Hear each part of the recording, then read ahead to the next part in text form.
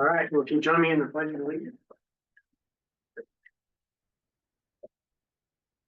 Pledge allegiance to the flag of the United States of America and to the republic for which it stands, one nation under God, indivisible, with liberty and justice for all.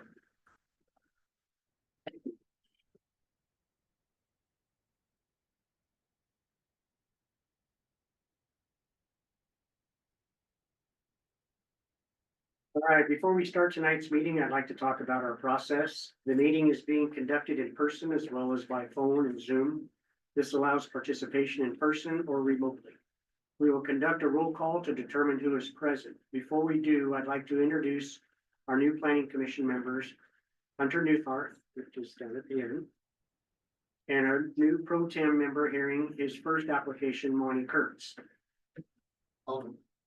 Since we do have the other pro tem in the audience, I'll introduce Kurt Giovanni.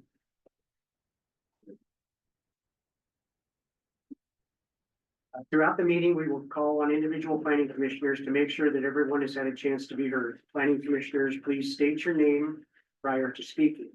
We will conduct a similar process for comments from the public. Please wait until you are called on, offer comments and/or testimony.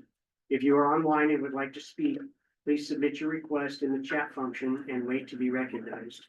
We'd like to thank everyone for their understanding and patience. Minutes and audio recordings will be available on the Planning Commission website. I call this meeting of the Crook County Planning Commission to order. Today's date is June 25th, 2025.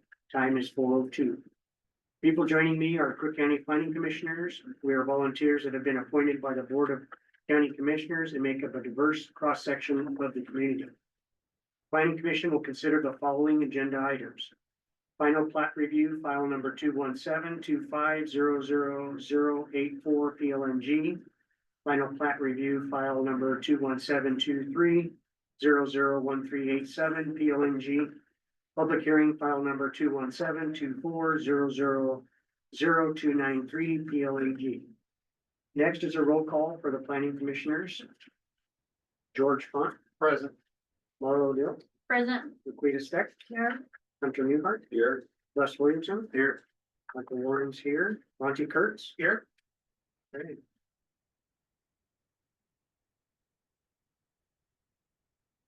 Don't think we have any absent, so.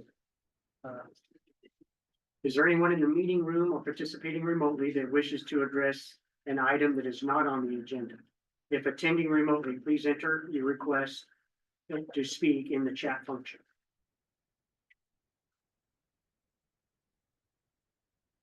Okay, there anything seeing none? We'll now mute the phone lines for those who are not staff or commissioners, and we'll move on to the first agenda item. Consent agenda, final plat review. Staff will present final plats for signature at the end of the meeting. We need a motion to approve the consent agenda. So I'd entertain a motion to approve the consent agenda as presented. Mr. Chairman, I move we approve the consent agenda as presented. Okay. We have a motion. Second. We have a motion and a second. Any discussion? Okay, I'm gonna call for the vote. Just at the end of the table and go down. Monty? Monty Kurtz, aye. Laquita? Aye. Russ? Aye. Aye. George? George, aye. Newhart? Hunter, aye. Okay.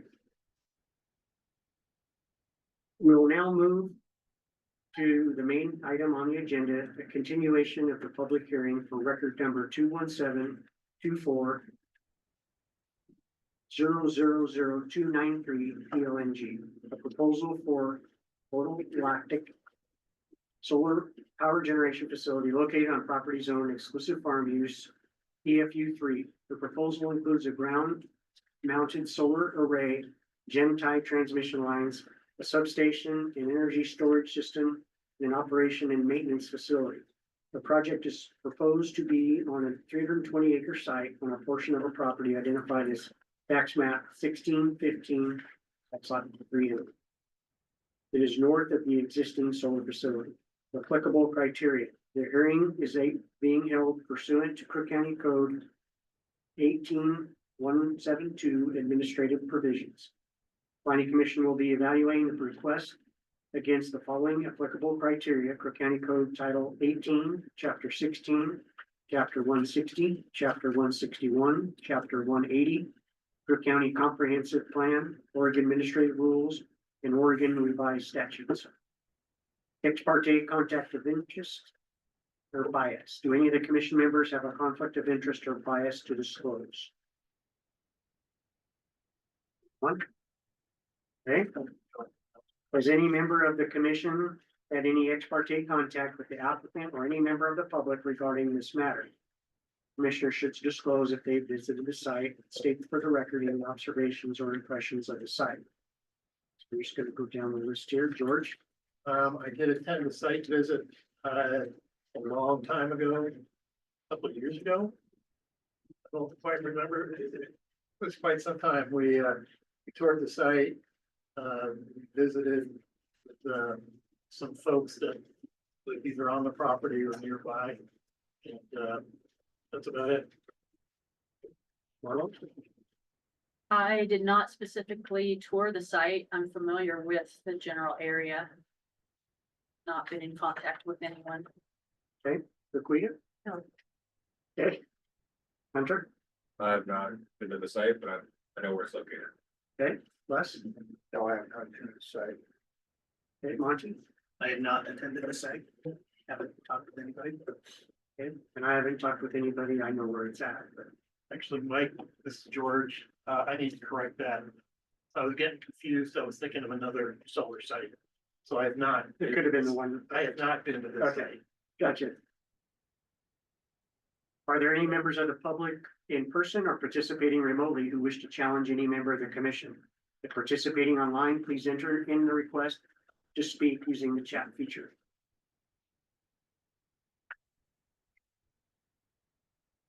Okay, hearing and seeing none, we'll move on.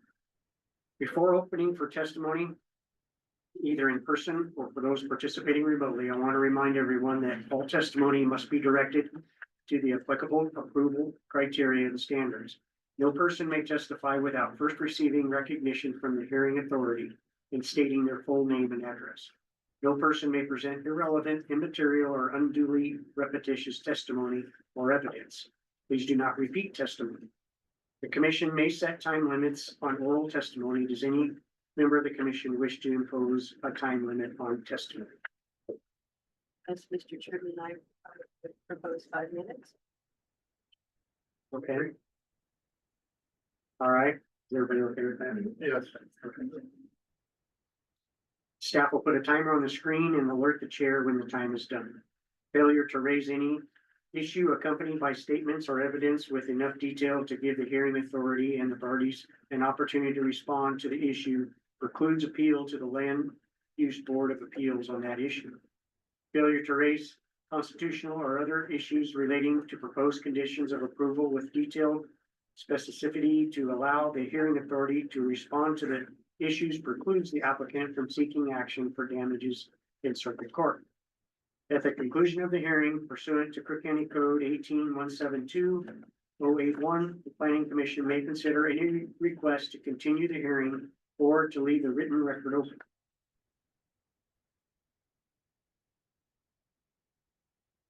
We will start the hearing with staff's presentation. After that, testimony.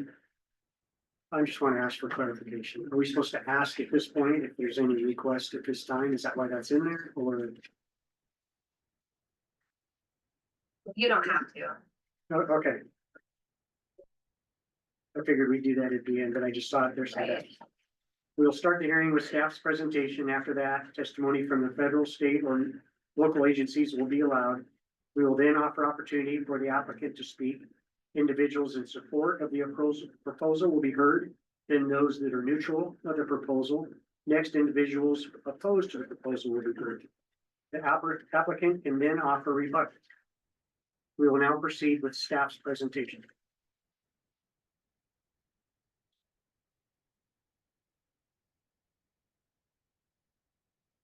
Good afternoon, planning commissioners and everyone who is attending today.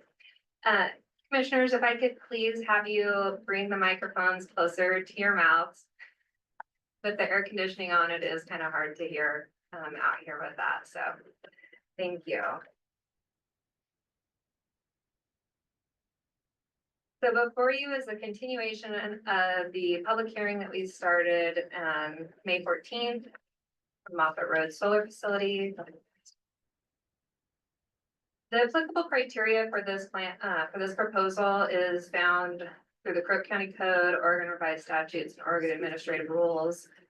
Those criteria are identified in the staff report. They're also on the screen. Chair Warren read them into the record.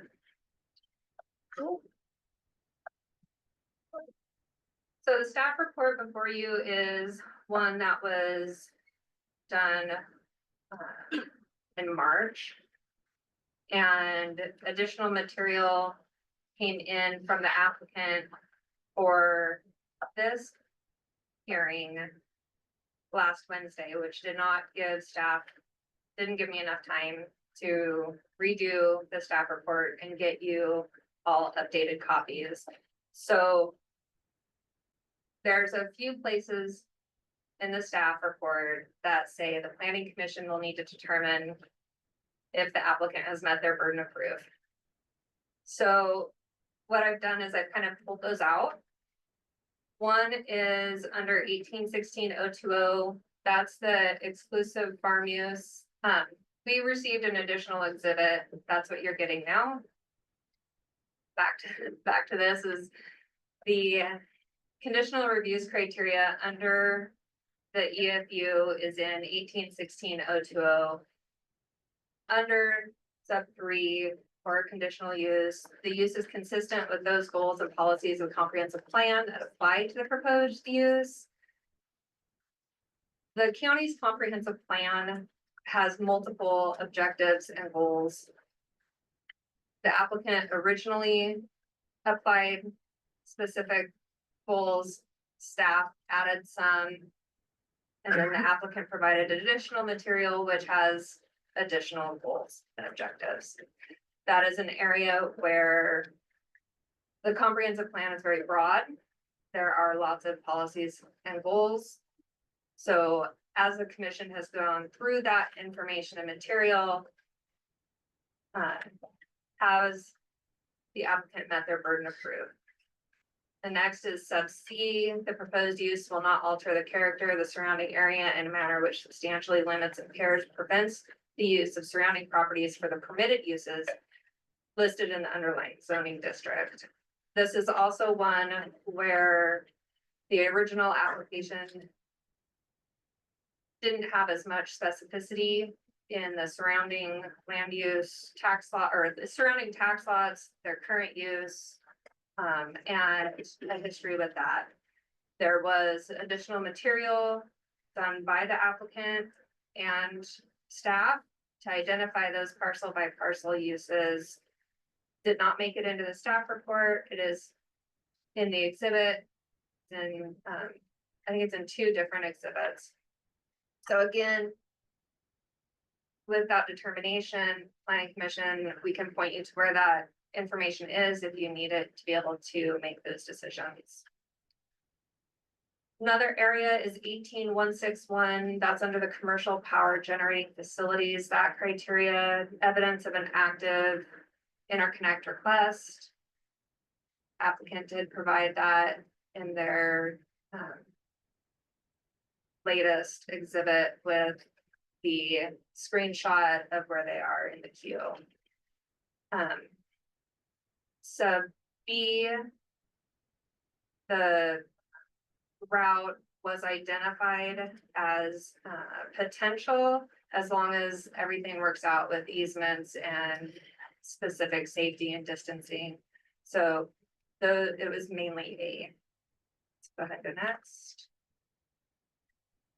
The other area that is for the planning commission to determine is going to be 18160-020. That's the general criteria for a conditional use. So all of our conditional uses, 18160, if there's general criteria, taking into account location, size, design, operation characteristics, the proposal will have minimal adverse impact on the livability, value, and appropriate development of the budding properties surrounding area compared to the impact of development that is permitted outright. The applicant has provided additional information specifically for these criteria. Did not make it into the staff report as time permitted. So I wanted to call those out specifically for you all to keep in mind as we go through the process today. Head to next. Here's a vicinity map. The red outline in the middle is the vicinity. The blue, bright blue line is transmission line. The dark blue line is a transmission line, I believe. That might, and the red is Milliken that goes, I believe, goes down. But, right? Yeah. And you can see the existing solar just to the south of that vicinity. So the next. This is a shot from Davis Loop going up Juniper Canyon. This is looking from the east, looking west at the perspective. So you can see one of the transmission lines in the foreground, Juniper, and you can kind of make out the transmission lines in the background. So the transmission lines in the background is the eastern edge of the proposed solar facilities. Go ahead and go next. Same perspective, just looking a little further south, you can see the existing Gala site. This project is proposed to be just north of that. The next. This is up by the air park off of Davis Loop. You can see Gala, it's approximately 320 acres. That's going to be on the north. Next. Closer view. Next. About there. So that's about the distance there. And these were taken, I believe, in March. These pictures. So the next. These pictures were taken in May. As you can see, the site, the proposed site, the junipers have been removed and are piled up there. So it gives a little more perspective as far as what the site looks like.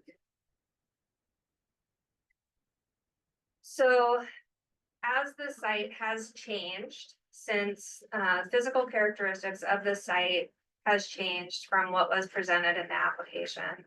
Some of those changes may include the wildlife and sensitive plant review that was done in June of 2024, I believe. Some of those areas are no longer there. The site plan that is referred to in the application material states that there will be prior to clearing, I believe it was the setbacks would show the trees that were being preserved in the setback area. From the pictures that we received with the exhibit from the Easterlies, those trees have been cleared to the fence line. So some erosion control, stormwater impacts, dust mitigation. A lot of our proposed conditions of approval have prior to clearing and grading. Those are conditions that Planning Commission, we're gonna need some help thinking through how do we have clear and objective standards, clear and objective findings, clear and objective conditions that are gonna ensure that compliance happens in a timely manner for the applicant, for county staff, for the public, for any subcontractors, so that those things that we have conditioned prior to clearing and grading, how do those still get met in a timely manner, with some of that work being done. Some of the applicant suggested language, which specifically allows for the prior to clearing and grading, but not including the removal of juniper. Juniper in our area generally has a pretty deep root system. It acts as a ground stabilizer in some places. The applicant has submitted material, a couple on Oregon State University and a news article that talk about junipers and their water usage. With the erosion and dust that often happens when you do that, there are some other considerations to take into account. Some things that you may consider is a ground disturbance. So if there's ground disturbance, what does that look like?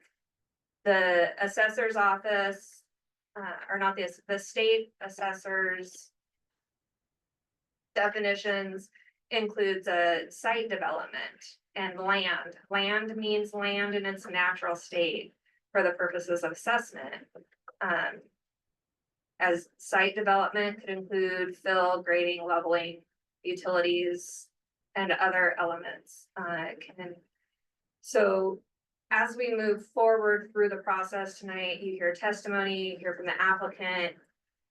These are things that not only for this application, but moving forward, prior to clearing and grading may not be the best language and time frame to use for having conditions of approval be met. Some of those, when you're developing, other than a solar facility, because solar is a little different than developing, let's say, like a Sears store or a commercial development, right? Where you have your parking, your building permits, your structural permits, these things that naturally create a check and balance system with what's been presented, what the timeliness is, and those clear and objective criteria that provide that timing, right? The state of Oregon does not require that building permits get pulled for the photovoltaic, the stands, the racking systems. So that building permit, which is common in other commercial and industrial developments, isn't available for us to use as a timing mechanism. There is an electrical plan review that happens.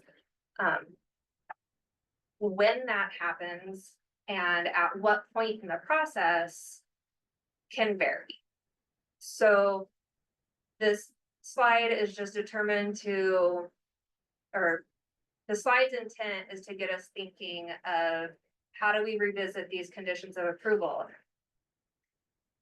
The county does not have clearing and grading standards for private property owners. Private property owner comes in and wants to clear their property. Okay. How does that then relate to the application? An application, in this case, what you're looking at tonight is application was submitted and the site was certain characteristics in place. The site has been cleared and now we're here, we have the hearing and the public process for the proposed use. So where does that fit? Next.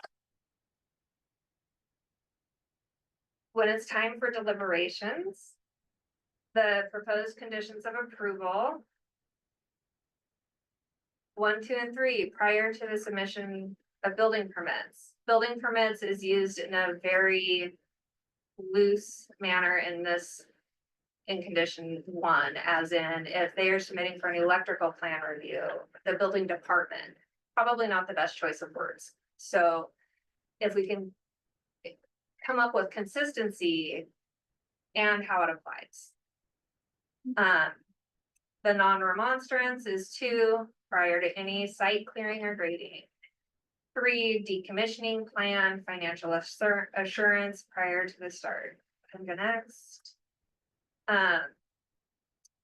4 and 5 do not. 6, a site plan, a specific site plan that shows clear distances from the property boundaries to all structures. Again, structures being, not only the racking systems for the solar panels, but where's the utility lines? How far are those towers? Is there the maintenance operation building? Any vegetation, trees to be preserved, all of those things. When does that site plan with specificity? When is that to be required? Going to go next. A materials list, which I believe the applicant has added information in the exhibit for. That was prior to submission for a permit, especially for the structure, right? The maintenance operation building. Then 8 was prior to the submission of any development permit. Well, a development permit would be any to the community development department, assuming. Again, 8 and 9. Next. And you'll notice 10, 11, and then we skip a few to go to 15. Crook County Fire and Rescue is here this afternoon if you have any questions. However, they're prior to any clearing and grading at the site for the impact fee and their emergency response plan. So where does that fit in the process? So the conditions that were skipped is a wildlife mitigation. So the applicant proposes 3 options. One being juniper removal, category 2 habitat, offsite mitigation, would be juniper removal in another area of Crook County. I'm gonna ask. Option 2, a one-time fee in lieu of payment, gives the formula, the acreage. Again, payment made prior to site clearing and grading. How that works. It can go into 3 options there, so that one-time fee. Crook County Soil and Water Conservation District, which we have an existing MOU, which their wildlife habitat mitigation plan that they submitted is in concert with SWCD. 2B is a different, another established conservation organization. C would be mitigation bank provided by ODFW. The formula is consistent with what has been done in the past. Next. Option 3 would be an alternative project. This alternative project would need to be approved by ODFW. It would require a limited modification to this approval. We would come back on this issue if you went with option 3. So planning commission applicant has provided 3 options. They've also provided a wildlife mitigation plan with soil and water conservation, which is aligned with 2.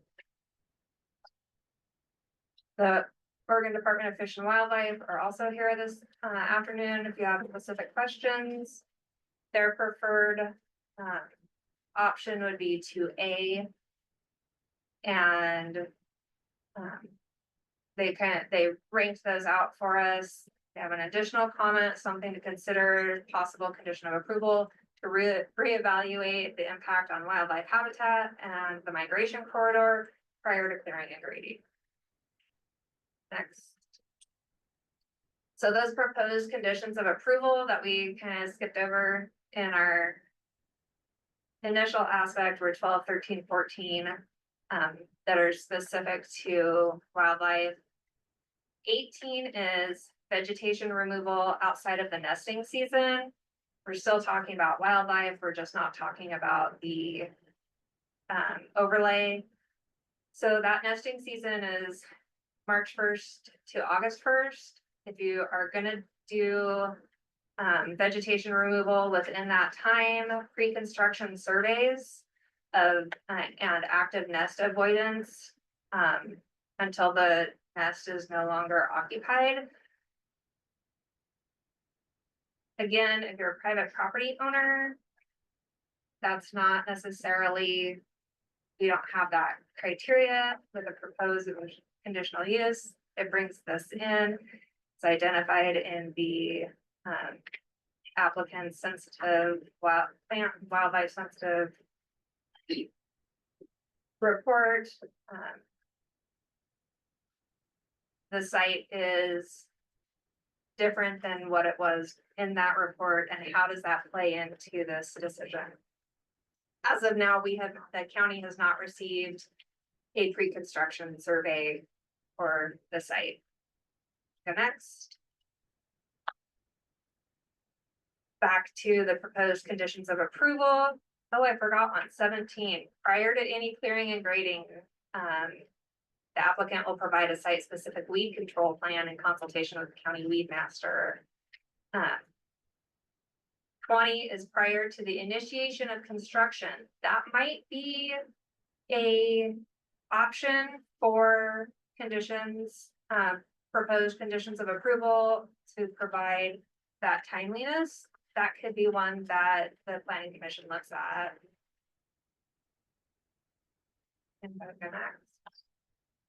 And then 22 and 23. 22 is the annual report. 23 is if the proposal changes up to a certain point, then they would come back. Otherwise, it would not necessarily meet that requirement. We have received comments on the application. Central Oregon Land Watch is exhibit 3. I believe they preferred the recommended ODFW mitigation option. They suggested a more detailed farm impacts test, which the applicant has provided. They're asking for a detailed site plan, larger setback to accommodate wildlife migration. They did question the setback from another facility that has been approved, owned by the same entity. Applicant has verified that that is larger. Go ahead and go next. Our Crook County Road Superintendent comments include temporary construction signs with a potential condition of approval. Potential condition of approval to extend the driveway apron at the access point onto Milliken to incorporate the entire apron and 75 feet into the property. And what that does is that helps not getting that gravel kicked up on the highway there, right? So prior to clearing and grading, the applicant shall provide a commercial standard drawing from an engineer. And then again, his third is to, during construction, which is the busy part, right? Like there's not going to be a lot of traffic after a solar facility is constructed, but potentially do not pass or pass with care signs, another potential condition of approval prior to clearing and grading. For striping. The next, our Crook County Fire and Rescue is here. These are comments that were received, included in the site plan and their emergency, a final emergency management and response plan. Go ahead. We've received letters of support, exhibit 6 and exhibit 7, letters of support for the proposed use. We also received neutral comments, exhibit 18. Some of their concerns were the setbacks with the natural vegetation, the character of the surrounding area, a site plan to know exactly where, a more specific site plan, construction operation details, and then how those would potentially be enforced, right? The easterlies have the single family dwelling, non-farm dwelling that's adjacent to the property. So that was a lot of information, a lot to think about. Can answer questions now if you have any, or kind of keep those rolling around in your head as you hear from other entities and the applicant. The only question I have, unless I'm reading this wrong, but does exhibit 19 take care of them, all of their concerns? I mean, that's what it sounds. I received exhibit 19 just a little bit ago, so I'm not sure.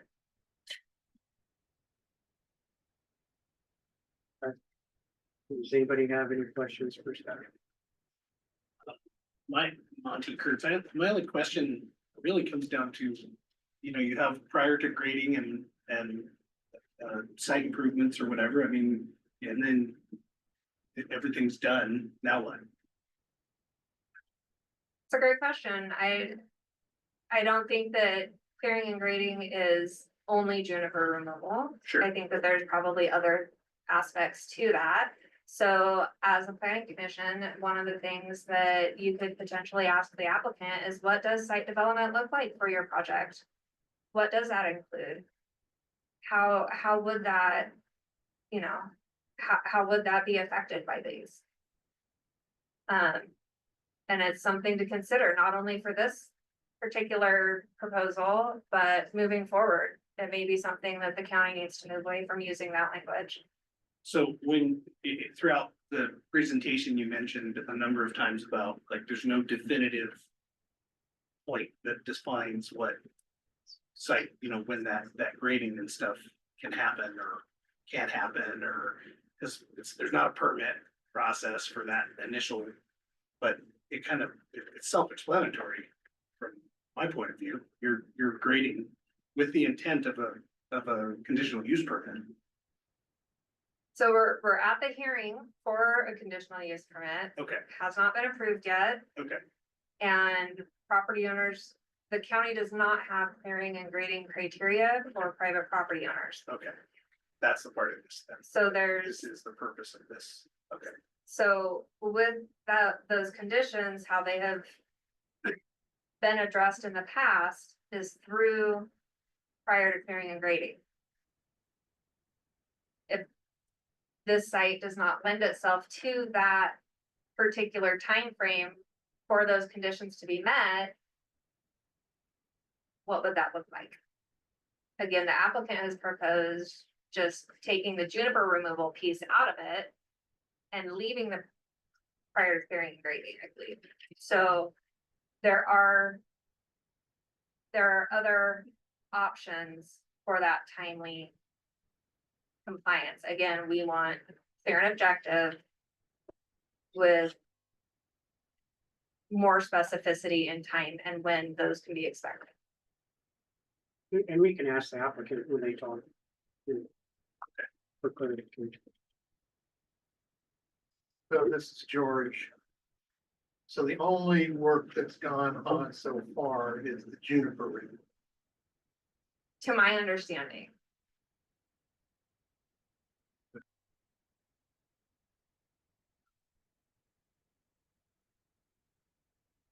I'll reserve that question when they Yeah. come up with Mike. That was the same question. Yeah. I do have one question, this is kind of. Lita, can you please speak into your mic? I'm Kind of sorry. off topic, but back in the staff report on page 6. I think this has been addressed. About a 40-acre farm parcel to the south, which will be cut off of adjoining property, of which may have been used for seasonal grazing. So has that, and whether or not there will be a cost involved or impact because of this on farm use? Has that, I almost think it's been addressed in one of the exhibits, but I can't call to mind if it has. I would refer to exhibit 11 from the applicant.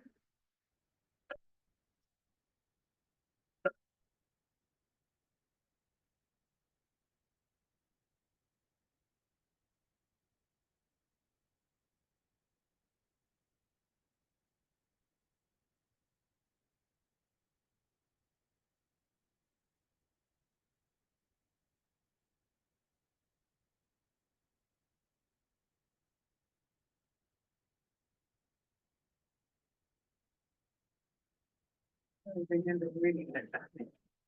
Can't remember which one. Does that answer your question? Yes, it Okay. does. Thank you. I think it's on page 7 and 8 of exhibit 11, Laquita. On 7 and 8. Oh, okay. That, okay, I found exhibit 11 here. I had read it, but it-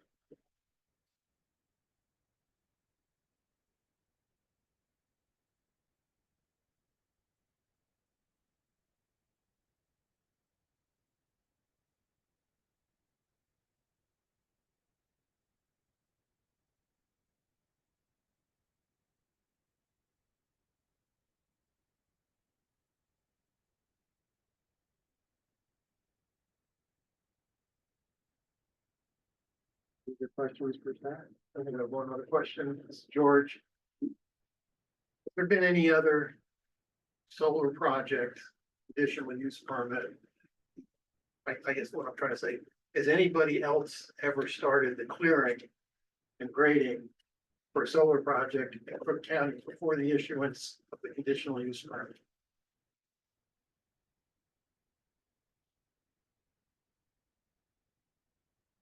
TSR North. I believe the conditional use permit was. But the exemption was not finalized. TSR, TSR North has their conditional use permit, but it's not valid until the goal 3 exception is finalized, and we have one more hearing on that. And that is, the juniper had been removed. As you go by, you can see where the 50-foot setback was, where the pink stakes were. And those have been removed as well. This Monty is that along 26 that are by the. Yes, Hotel for Forte Pit? yes, It's. yep, between the Forte Pit and the highway. Yep. Yes, George, the answer is yes.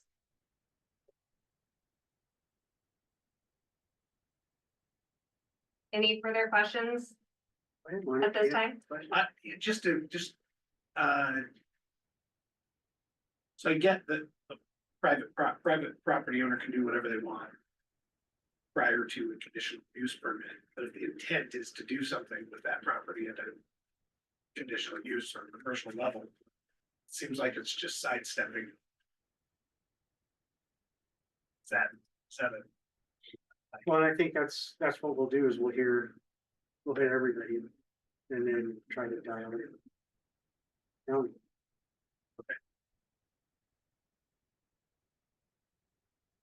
Can you all just a point for the room, can everyone hear okay with the AC, with the air conditioning going out there? Okay, can you all hear okay? Yep. Good. Okay, we'll leave it on. All right, thank you. Okay, what we'll do now, did you have anything to add? Okay, so now we'll hear from any agency. So if Greg or Russ, I don't have anything to, I'm just here to answer questions. just here to hang out with us? I'm sorry, Greg. Oh, you want me to say that, Mike? Yeah. All right, Because we might have questions for you. yeah, no, so good afternoon, Commission, Greg Jackal with Oregon Department of Fish and Wildlife.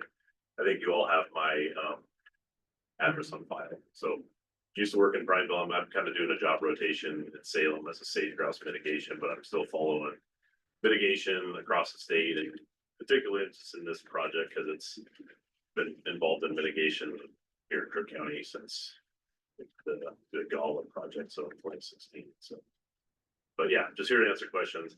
I think that just to point out another project that did clear juniper prior to, and you probably wonder why I know this stuff. But it was a Ponderosa. So Ponderosa, I think they did clear juniper prior to doing any activity, and then that project never went anywhere. And then kind of Ann Buyer that's I think what stimulated Ann Buyer to kind of have that condition in there to where prior to groundbreaking or juniper removal. But that's that project that just, well, it's kind of in between the West Prineville and TSR North. So, but anyways, just some history. Thanks. Hold on. This is George. So it's just, I think it's pretty obvious, but ODFW does support option 2A in the mitigation plan as the preferred option. Yeah, so Chair Warren, Commissioner, Pond. Yeah, I mean, the project, I can't remember what attachment it is, but the one that Soil and Water sent out a few days ago. That's what we want to see. I mean, it's great. It has durability, it has monitoring, I mean, it's a really good project. Money stays in Crook County. Yeah, it's a wonderful project. So. Thank you. There's gonna be one things. And this is Hunter. So Greg, are you happy with the 2-to-1 ratio for the mitigation? Yeah, so typically with these projects in winter range, we want to see a replacement of lost habitat and then a net benefit. So that's kind of what we come up with the 2-to-1. It doesn't have to be 2-to-1, but that's kind of the history of our projects in Crook County. If the applicant came to us with a spot that's like exceptional, we could go 1.5-to-1, or if we were impacting a spot that had greater habitat value, we might ask for a higher ratio. But that's kind of been our traditional ask as ODFW is kind of 2-to-1 for the category 2 habitats, which are the winter range layers. And you like the area over there by Shotgun Ranch, right? Yeah, I mean, so I think there's a lot of opportunities in Crook County to perform mitigation. What makes the Shotgun Ranch attractive is that it does have a conservation easement on it, so that gets the durability. So just the assurances that someone's not gonna punch a road in or potentially put a wind farm or a solar development or another house. So that area is protected for the life of the project. And so those are things that we look at to make sure that the mitigation is gonna kind of track what the life of the project is. That's what our policy looks at is however long the impact is, we want the mitigation to stay valid for that. And so if you look at Andy's proposal, Andy Gallagher from SWCD, he did a really good job of outlining how much it costs to do the monitoring and maintenance of that treatment, and then looking at invasive annual grass, so treating that and then just monitoring that over the 30 to 40 years. I think it's 40-year permit. And I think all of that was right outside of the fire from last year too. So it was pretty close. Yeah, I think it's right up next to the forest boundary. Like, yeah. Any other questions? Okay, Yeah, thank you. I'll hang out. So. okay. Russ?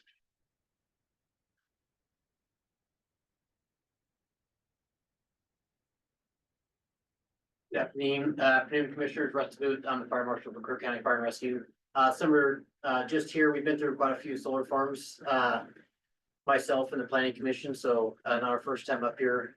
We typically have a pretty standard response to really most development that's coming in large scale, but certainly the solar farms has been pretty consistent over the last couple of years. So that response is in your packet. Per county code and per our board policy, we require an emergency management response plan to be submitted to us prior to any land clearing or grading. I'm learning in the last 20 minutes that that's already occurred, which we can certainly solve. We ran into a similar issue with the TSR North, where they cleared a bunch of trees and didn't tell us. So we can work through it. For us specifically, we would just expect if approved through the land use process, we would expect a pretty expedited emergency management response plan since the property's already been cleared and the trees exist because it just creates a fire hazard for us now. And so we we'll work with the applicant to come up with the best solution for that. Depending on location, I don't have dimensions in front of me, but depending on their relative distance to the boundaries of the city limits of Prineville, it may restrict their options with those trees and what they do with them. And so we'll just work with the applicant to figure out what options they have and what they can do with them. But to Katie's point, and it happens throughout the county, private property owners tear down juniper trees, cut juniper trees down, burn juniper trees down for a variety of reasons. Most of them are positive and are for rangeland ecology and restoration and all the things.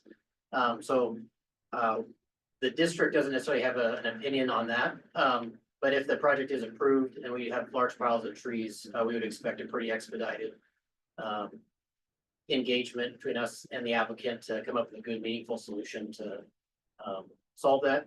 And obviously, and get our EMR plan fully vetted out on things, since that is what the language says, and our expectations, so. I'm really just here to help answer any questions. The fire district is neutral on the project itself. We've seen successful ones in our community, and we've worked with a variety of different companies, including the applicant. And I would say we have a positive working relationship with all of them, so in that regard, we're really just here happy to answer any questions, concerns, thoughts, ideas that the planning commission might have and see. Oh, I think you answered the one I had for you, because I remember us talking about this on another one with the big piles, but that's part of the plan, what you're talking about, that you would want that expedited. Yeah, the removal and piling of 320 acres of juniper trees and what we're going to do with them should exist in the emergency management response plan. And be vetted with us, and DEQ, depending on what option they choose to. But again, as you've heard today, private property owners throughout Crook County manage their properties for a lot of variety of reasons, and removal of juniper is very common.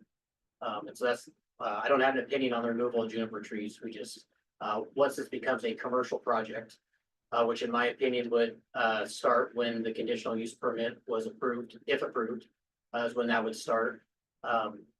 So almost immediately that requirement would be triggered, and I'd be engaging with that in fairway. So Tim, Les Williamson. So isn't it a benefit for those trees to be cut early and stacked and burnt when they're dry, so we don't have a lot of smoke? Yeah, so it depends on what perspective we're looking at, right? So for fire efficiency, absolutely, we want to let them sit, age, dry out. You don't want to let them dry too much, because if you lose the needles, they don't actually burn that well. So you want to burn them with when the needles are on there. When you're looking at an uncontrolled fire threat with very large piles of combustible material in an area that we haven't had that before, it changes the risk dynamics of the fire district and potentially how we're going to respond to a particular area. So it really just kind of depends on what your current perspective is and what you're looking at the pile. And so certainly if the plan is to burn them, absolutely, there's a good way to season them so that they do burn appropriately. They burn hot. We limit the impacts of smoke and all the things on the community. But on the other hand, we're almost in July. And so we have large piles in a commercial project, and just how we're just going to manage them. Again, depending on their location, burning may not be an option. And so then what's the plan for them? And what I mean it's not an option is it's not, if you're within a certain distance of an incorporated city, a DEQ permit is required, even for juniper tree land clearing. So that one's out of our control on whether that permit like that would be issued. And so it just really depends. But Commissioner Williamson, you're spot on from a burning efficiency standpoint. I know you've seen it throughout the community again, where we do a juniper treatment. We let the trees essentially rest in place for a year, really get good in season, but not too seasoned. So again, the needles will stay on it so that it burns more completely. And then you certainly burn them the next burn season. It's certainly an option. We just haven't had the opportunity to have that conversation on what option they were anticipating. Thank you. Any other questions for us? Okay. Excellent. Thank you, Thanks, Trust. Appreciate it. I didn't mention this earlier, but if you were wanting to testify in favor, neutral, support, if you want to speak during this, except for the applicant, they don't have to. You need to fill out the little form, or the forms on the table. So there's a little form out there you just fill out. That way we know if you're opposed, against, neutral, whatever, so. Okay, that's all we had for agency, right? So at this point, we would have the applicant come up and talk about your project. And if you, do you have, people also online, or are you guys all just here in person? It's just me. Just, okay, well, Yeah, there's some folks online, but I think I'll be able to cover most of it. okay, just state your name and address for the record. Yes, sir. I'll try to. It's followed. Chair Warren, members of the commission. Nice to see you today. For the record, my name is Max Yaklik. I'm in-house counsel permitting and real estate at New Sun Energy, appearing on behalf of the applicant Moffett Road Solar Farm LLC. Thank you to Katie for giving the great background on the project proposal. In the first hearing, we gave a little bit of background on the company, but there's a lot of new faces here. So I'll give a little bit of that background again. We're a local company. We're based in Bend. And we focus on renewable energy and transmission within the state of Oregon. We do a lot of work to ensure that we have community support and input on these facilities, and we maintain ongoing relationships with our neighbors, and we really try hard to reinvest in the communities where we work. A portion of revenue from every single project goes directly into our New Sun Energy Community Benefits Fund. We've already reinvested a lot from that fund in Crook County, which I believe is around $165,000 to date for things like 4-H, Crook County Fair, scholarships, other important local causes. From an economic standpoint, constructed solar facilities contribute significantly to the economy of Crook County. Hundreds of thousands of dollars in annual tax revenue, millions of dollars in construction wages, hundreds of thousands of hours of employment work, and significant ancillary benefits to local businesses, local contractors, hotels, restaurants, and other service businesses that experience an influx when we're in construction. So we look forward to the opportunity to continue to partner with Crook County to bring economic development through renewable energy. I'm going to talk about a couple of things today. First is the site selection process. I want to give a little more background on why we picked this location.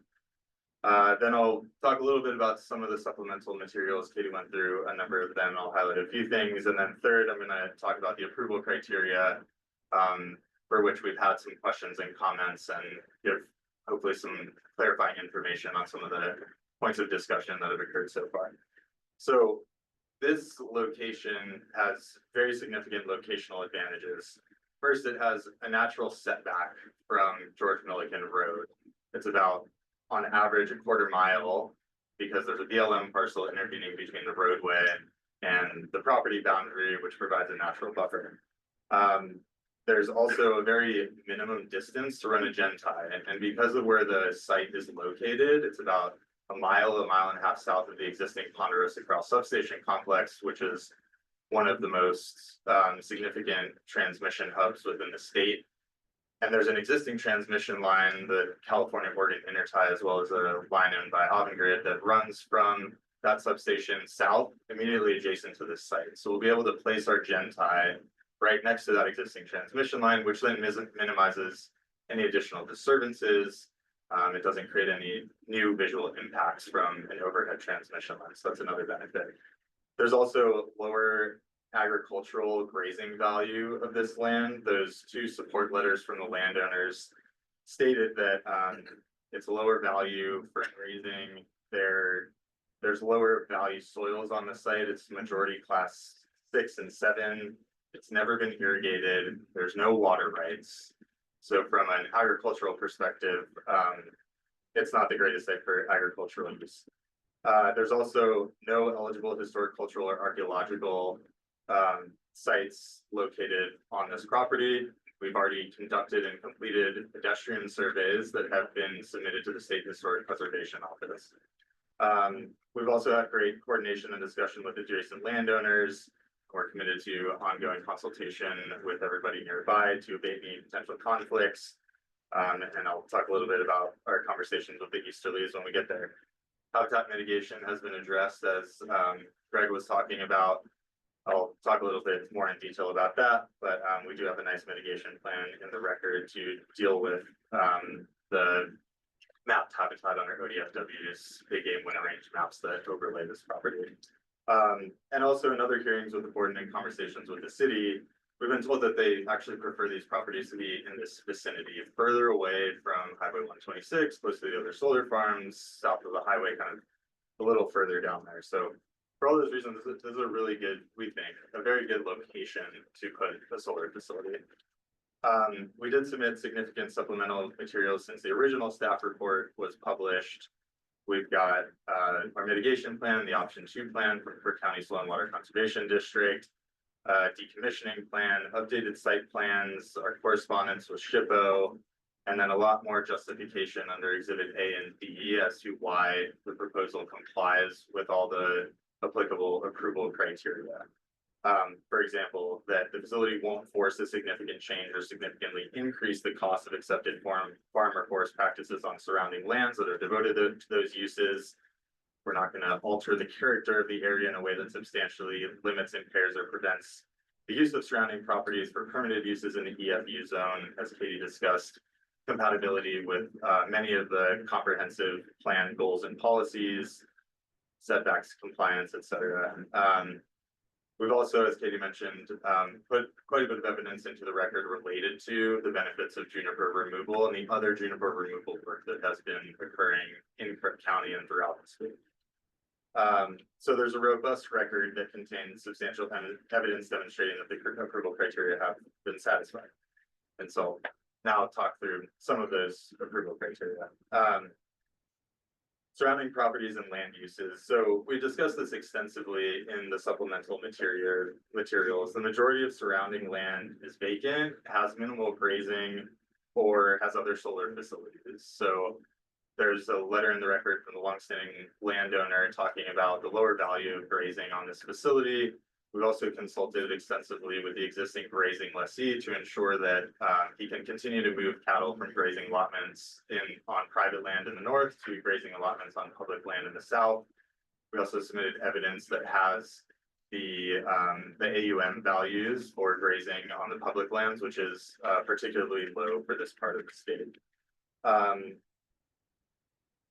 So we're not going to inhibit that movement. We're not going to inhibit the continued use of that minimal grazing that is occurring on site.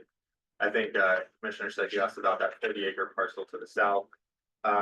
This won't prevent grazing on that parcel either. There's a route, there's 2 different routes where the cattle will be able to continue to access that location. The public lands managed by the BLM to the southeast abut up to the corner of that 40-acre parcel that's continued to be owned by Three Springs Ranch. So there's immediate access from there if you went around to the east. There's also potential access from the west if you were to go down Moffett Road, access that 40-acre parcel, graze until you're done grazing, and then continue to move south under the BLM ground. So the surrounding parcels will be able to continue using their land in a way that they've historically done. We also have consulted on a number of occasions with the Easterlies, and there was another evident piece of evidence submitted under the record that I just received as well, saying that applicant talked to them this morning after their first submittal and has addressed their concerns on some of the issues that they had raised. One of those issues was site plans. So where exactly are things going to be? We did provide site plans that I believe qualified as substantial evidence in the record, but nonetheless, we are agreeable to the proposed conditions of approval 1 and 6 that require site plan submittal at a certain point in time to be determined by the planning commission, showing the setbacks, vegetation, and further locational details. We also talked to the Easterlies about how the access to the facility is coming off George Milligan, and there's no roads going up towards the Easterly property or the Three Springs Ranch Road. So in the most likely scenario, temporary laydown yards, temporary construction trailers, that type of thing would happen on the west side of the site near the transmission lines. So there aren't going to be a bunch of big buildings, temporary buildings right next to Andy's property, but we did talk to him about that. Okay, let's get into the meat of what you guys have been asking about then, which is the clearing, the grading, the setbacks, all of that stuff. So the final site plans will include a demonstration that the facility complies with the setbacks established under the Crook County Code. We did review GIS materials this morning after we got that letter from the Easterlies. to see whether or not we encroached on the standard setback that would be applicable to this type of facility, which is 20 feet from a side, or I think it's 25 from the rear. So we analyzed that, and because of the location of the fence, that vegetative buffer was actually preserved. So there is an existing vegetative buffer where trees were not cleared next to his property line. There may be 4 to 6 of them that were inadvertently cleared, but we've already talked to those landowners to come up with a plan to remediate that and figure out how to address that. So we've taken care of that part of it. In terms of the juniper removal, juniper removal has been discussed as an outright permitted use for landowners within Crook County. There's been a lot of efforts within the county to remove juniper. I just heard that HB 3135 passed out of the legislature, which includes a $1.2 million grant to Crook County to continue with juniper removal. There were submittals in the legislative record for that bill from the city of Prineville, from the Crook County Soil and Water Conservation District, talking about their support for that funding to continue with juniper removal because it benefits to additional groundwater, benefits to biodiversity, reduced fire risk, and the improvement of soil health. So it's been an ongoing effort, especially in this area, and it's being supported by the state. There's a lot of impetus to continue with juniper clearing. So I think the landowners' actions in this case align well with the existing efforts of the state, the county, the city to undertake these types of actions. I think someone also asked about tree nesting and bird surveys. The applicant actually did ask the landowner to conduct pre-clearing surveys, and we had a biological consultant go out and check nests and confirm that those nests were not occupied. So we didn't have to do that, but knowing that we would be coming before you, we did want to make sure that we weren't running afoul of any of those standards. So we did complete that as well. These studies also raised construction timelines. The application materials in Exhibit D and Exhibit 11 discuss how peak construction is about 2 to 4 months. Road controls will be in place pursuant to an erosion control plan that includes dust abatement, weed control plans, and coordination with the county roadmaster under the proposed condition of approval number 5. So the road will be managed appropriately. Construction will peak for a short period. We've talked to adjacent landowners to deal with that. We've talked to the Avangrid solar farm to the south to make sure we coordinate and don't have any impacts to their facility. We've talked to the owners of Palby Vistas. We've talked to everybody in the vicinity to make sure that our plans line up with their current uses and future uses. I did also want to note, even though it hasn't been raised, there was a comment in the record from Central Oregon Land Watch related to compliance with a new DLCD rule on farm and forest.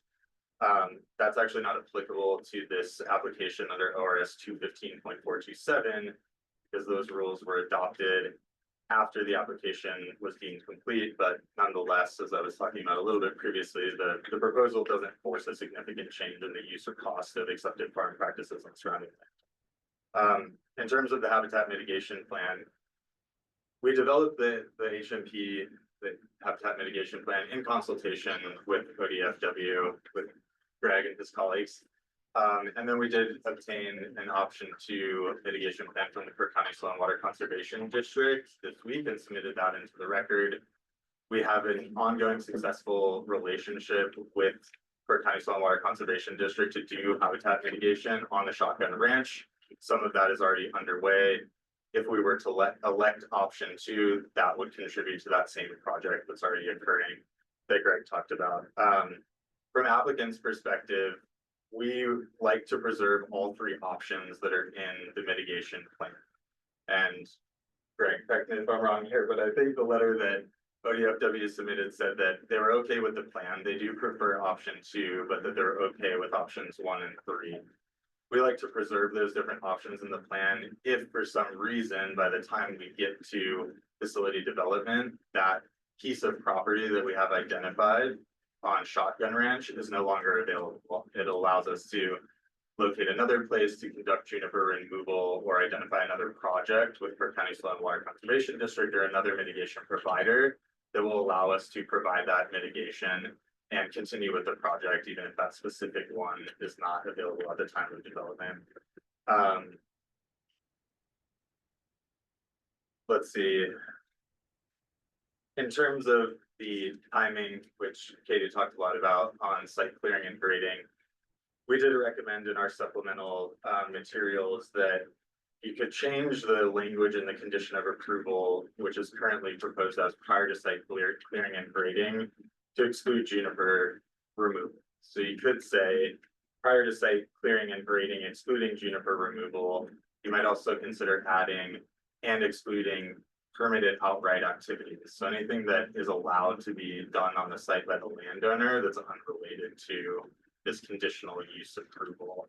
Things that can happen today without the conditional use should be allowed to occur before all these conditions and additional evidentiary submittals that the applicant will have to provide need to be submitted to the planning department and approved before we commence construction.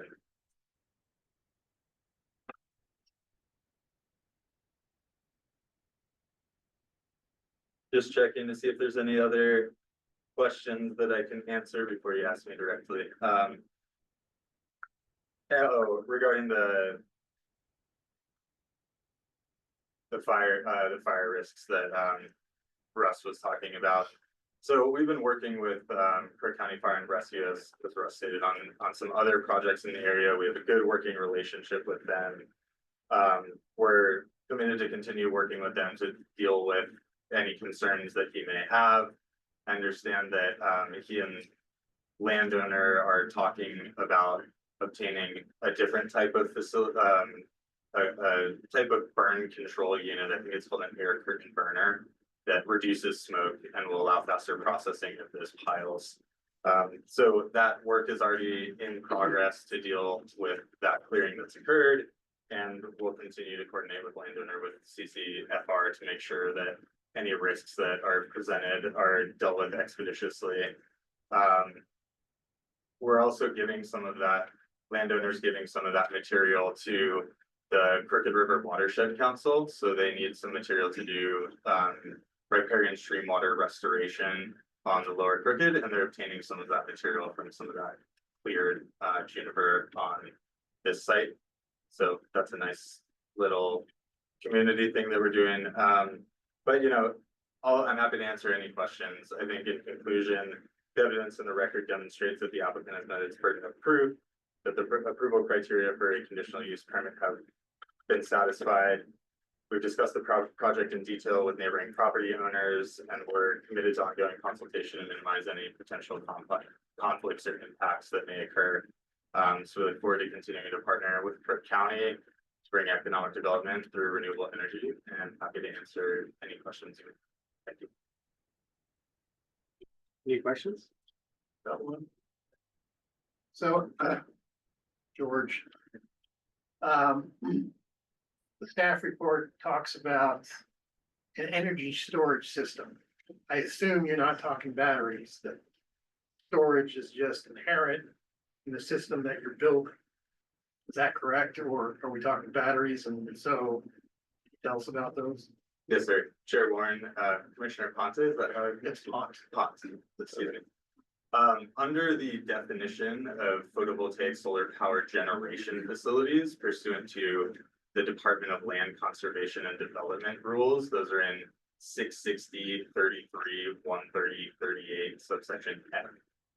That definition of a photovoltaic solar power generation facility includes the generation components, all ancillary components, including storage, associated transmission lines, the gen-tie lines that run from the generating facility to the substation are, they're under a different standard, but the state rules do include storage, which could include batteries under the definition of a solar facility. That's just the state definition for what these facilities are. That's how they're then defined in the Crook County Code. So when we seek our permit application, we seek an approval for that definition of a type of facility. Okay, so what you have proposed does not include any large building filled with lithium batteries or stuff like that, because that's something that fire department's certainly gonna be interested in. The current proposal does not include a storage component. Okay. If the applicant were going to propose that in the future, we'd have to go back and coordinate with the fire department. We'd have to do building plans, structural plans, electrical plans. So it would be a separate type of, review process that happens at that stage to address any potential impacts from that type of facility. Thank you. Yes, sir.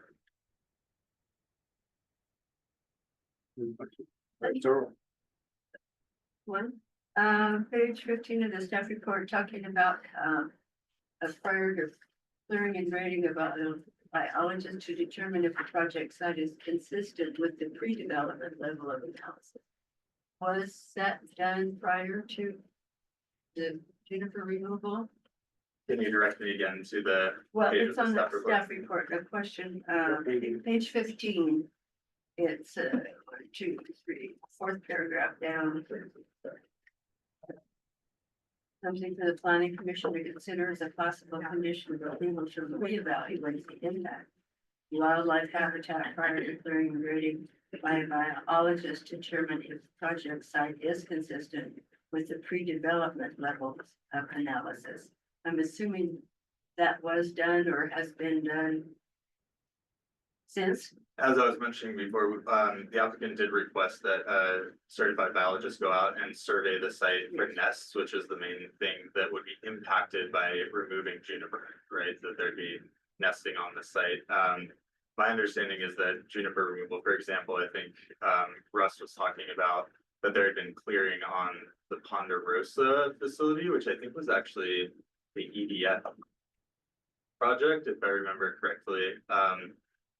But the way that that site has developed over time in the middle of that ranch area is it's actually experienced a improvement, it looks like, in sagebrush and native forage, native fauna. So we have observed habitat improvements from that type of activity. That's one of the things that the city of Prineville was talking about in their letter to the legislature, that juniper removal can increase biodiversity and it can improve soil health.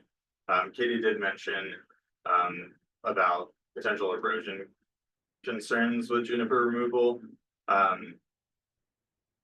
We have been talking to landowner about doing an aerial reseeding treatment to put native, I think they're talking about crested wheatgrass on the site to provide any potential additional dust control measures that may be necessary. So that's already in progress. We're already thinking about that. But generally, yes, I think we have addressed that. Thank you for the question, Commissioner.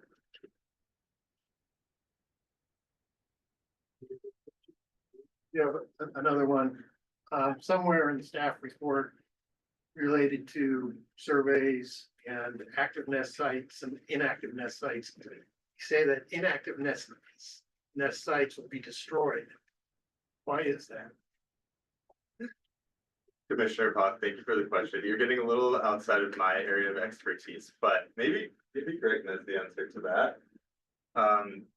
There is a standard under the Migratory Bird Treaty Act, the MBTA, which is a federal standard related to the protection of protected avian species. And that act actually allows you, and I think encourages you, to remove nests that are not active. So it's really about protecting the birds, right? So you want to make sure that you're not going and disturbing an occupied active nest. But if you'd like to change the use, change the type of development on the property, you test to see whether it's occupied, which is what I was saying that we requested the biologists do, and they confirmed that they were not occupied. And then if they're not, then you can take those nests away because the birds aren't there, so the birds aren't. That's my understanding. Don't. Okay. It was a good answer anyway. I did look into it before, but I'm not a bird lawyer. If you've ever seen It's Always Sunny in Philadelphia.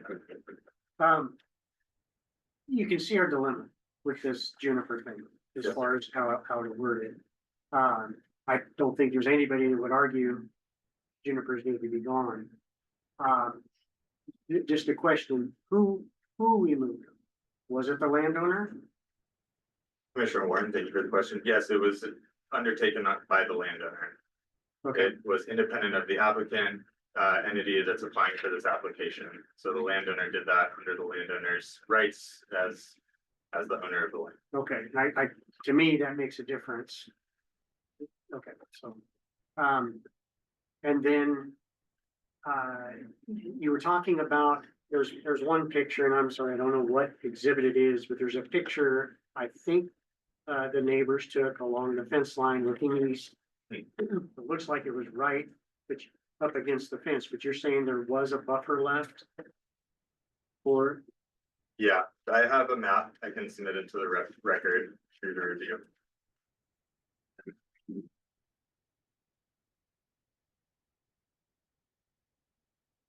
It shows the nominal distance of the vegetative setback, which is under the Breck County Code. I can't remember the citation, but there's a standard 20-foot setback from the property line.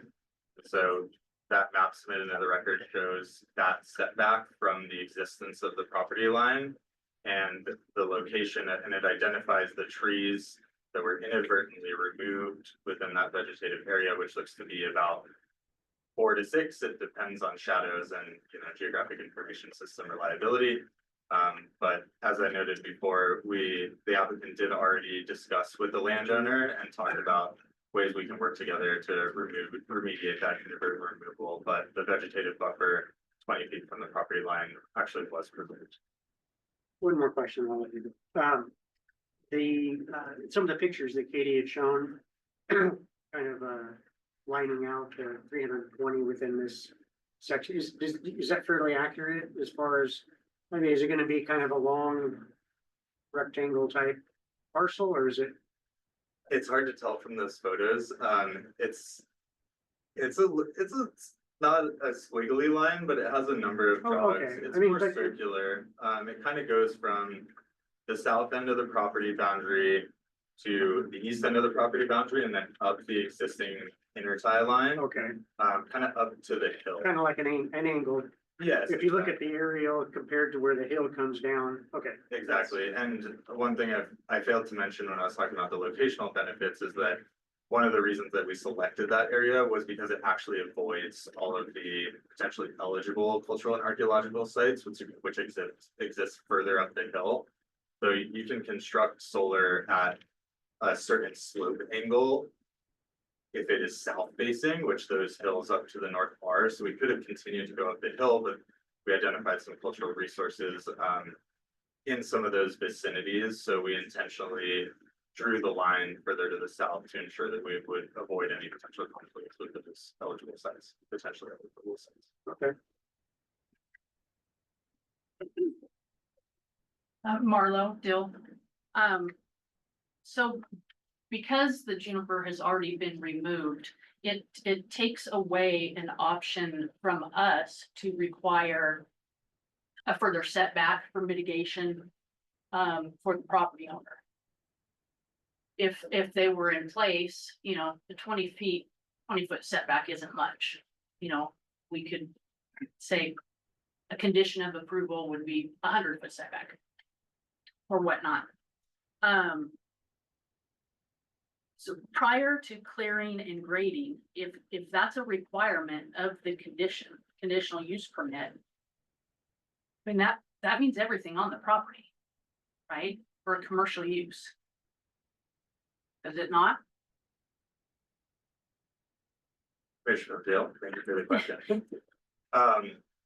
Katie had a slide up before that had a list of, I can't remember what the definition was from, but it had a list of the types of activities that start to look more like development. Right, so typically you'd see things like bulldozers grading the ground, real kind of commercial activities rather than cutting down juniper and piling them for burning. Ground disturbing activities, thank you.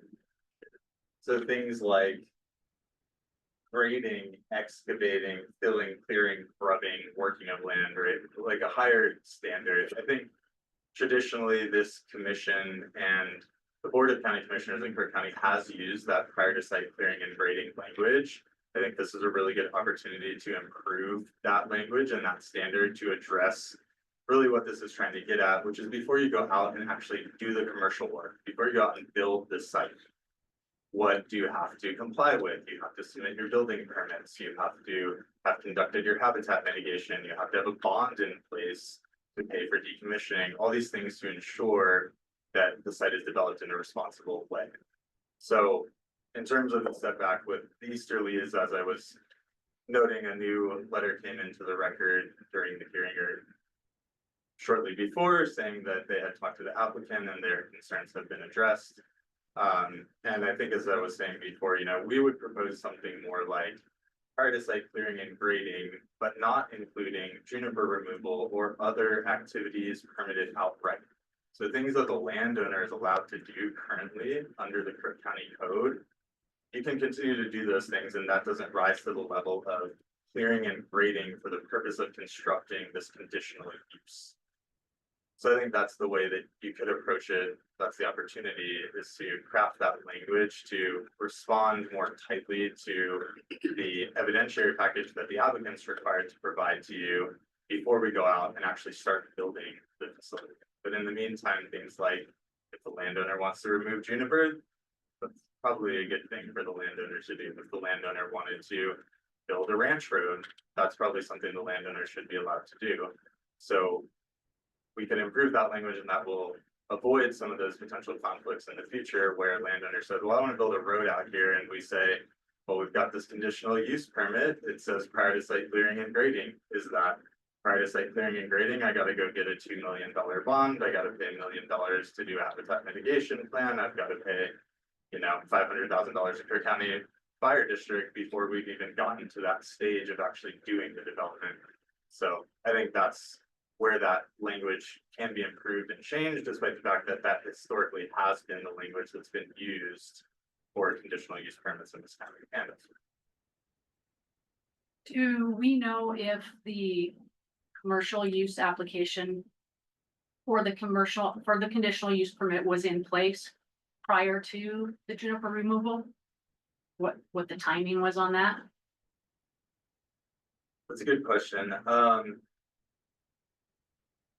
And don't get me wrong, I agree, juniper should be removed Yeah, I'm trying as a to general rule. recall. I think there's evidence in the record stating that the conditional use application was deemed complete in November, and I believe tree clearing occurred in January. So I think the application was in place before tree clearing occurred. Is that wrong, David? Yeah, correct. The juniper removal was done in April, late March, April, from the pictures. Okay, thank you. So yeah, the application had been deemed complete before that, and then the first hearing that was continued in May happened after the hearing.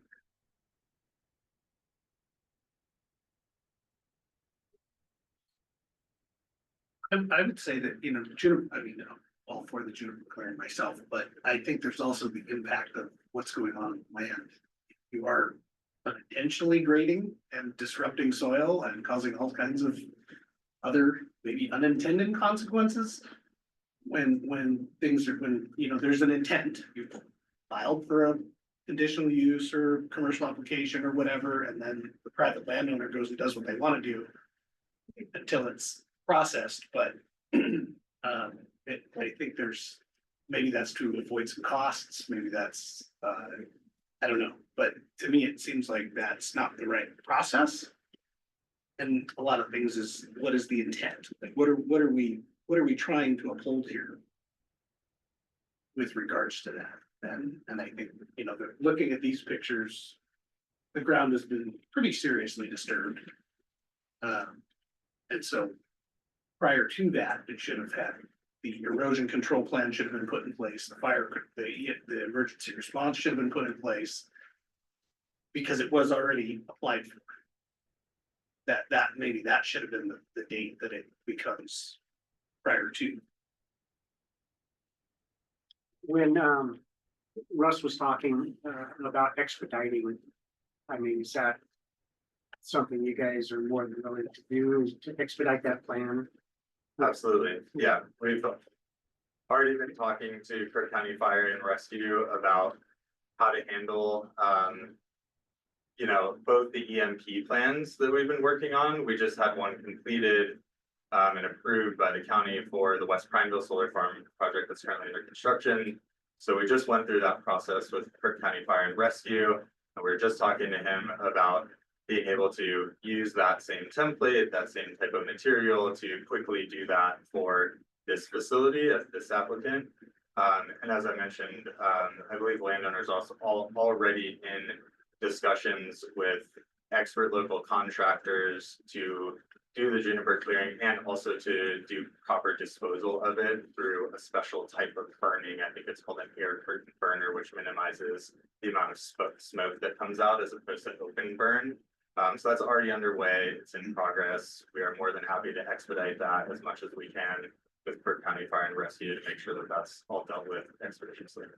So we're talking about the juniper removal and grading. Has there been any addition? We're talking about juniper removal, but has there been any like grading or site prep or roads put in? Is it just been, even though the ground's been disturbed, is it just been primarily juniper removal with no grading, so to speak, or roads? Yes, sir. There has been no site work related to this application by the applicant. There have been no grading, no roads, clearing, nothing related to this application while the application is pending. The juniper clearing was undertaken by the landowner on the landowner's, decision with their own contractors. So we've kept those, we've kept that separate as the applicant, and that is landowner's prerogative. It doesn't help us, but they can do that if they want to do it. So we've taken no action to develop the commercial use before we've obtained the conditional use permit. Okay, thanks for that. Okay, so the landowner took action to do that. Yes, sir. I do have a question. This is George. So obviously you have some sort of formal agreement with the landowner, to build this facility on his or her land, correct?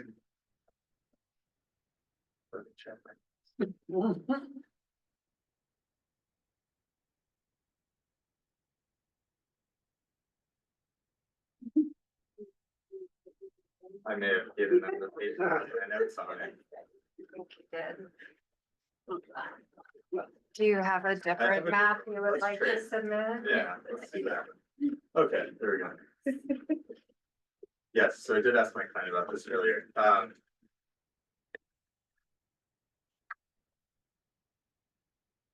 So yeah,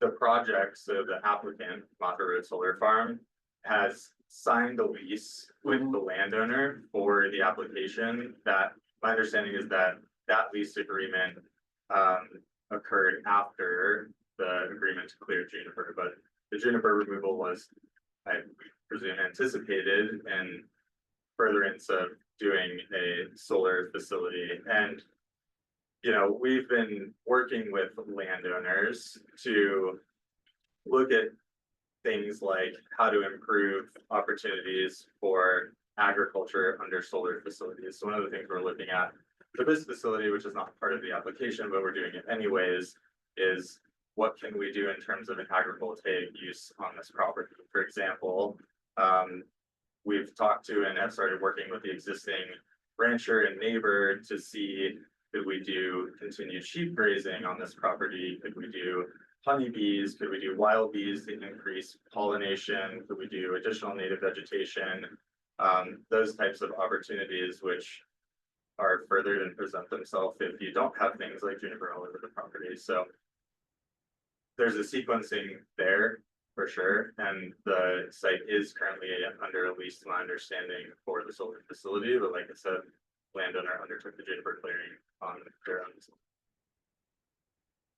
I do have one other comment, not necessarily a question. First of all, I support solar development. This whole discussion is not going to influence my thoughts about whether it ought to be, the permit ought to be approved or not. I support juniper reduction, but, and this is more for staff's benefit, I am very uncomfortable with the way this has proceeded. And I think us changing the language to something about juniper removal or excluding juniper removal is just a case of the tail wagging the dog. So I'll shut up.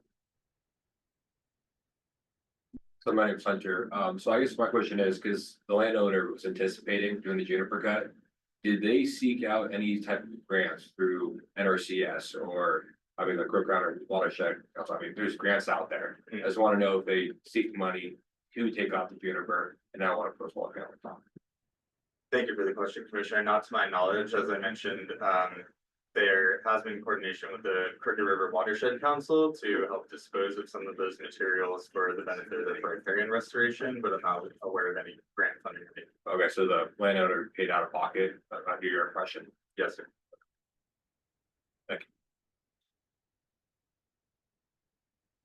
Marlo Dill. So I understand you correctly, you applied for the CUP permit for the solar farm without an agreement in place with the property owner being under contract?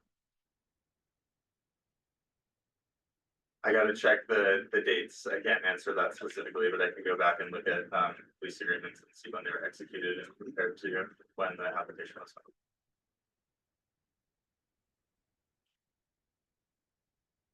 Any other questions for the applicant? Okay, Thank you, Commissioners. did you have anybody else speaking as far as being for the applicant? No, sir. Just you, okay. Is there anyone else in the room that wants to speak in favor of the project? Using my paper here, I got it. If there's anybody online that wants to speak in favor of the project, put that in the chat so we can see who wants to speak.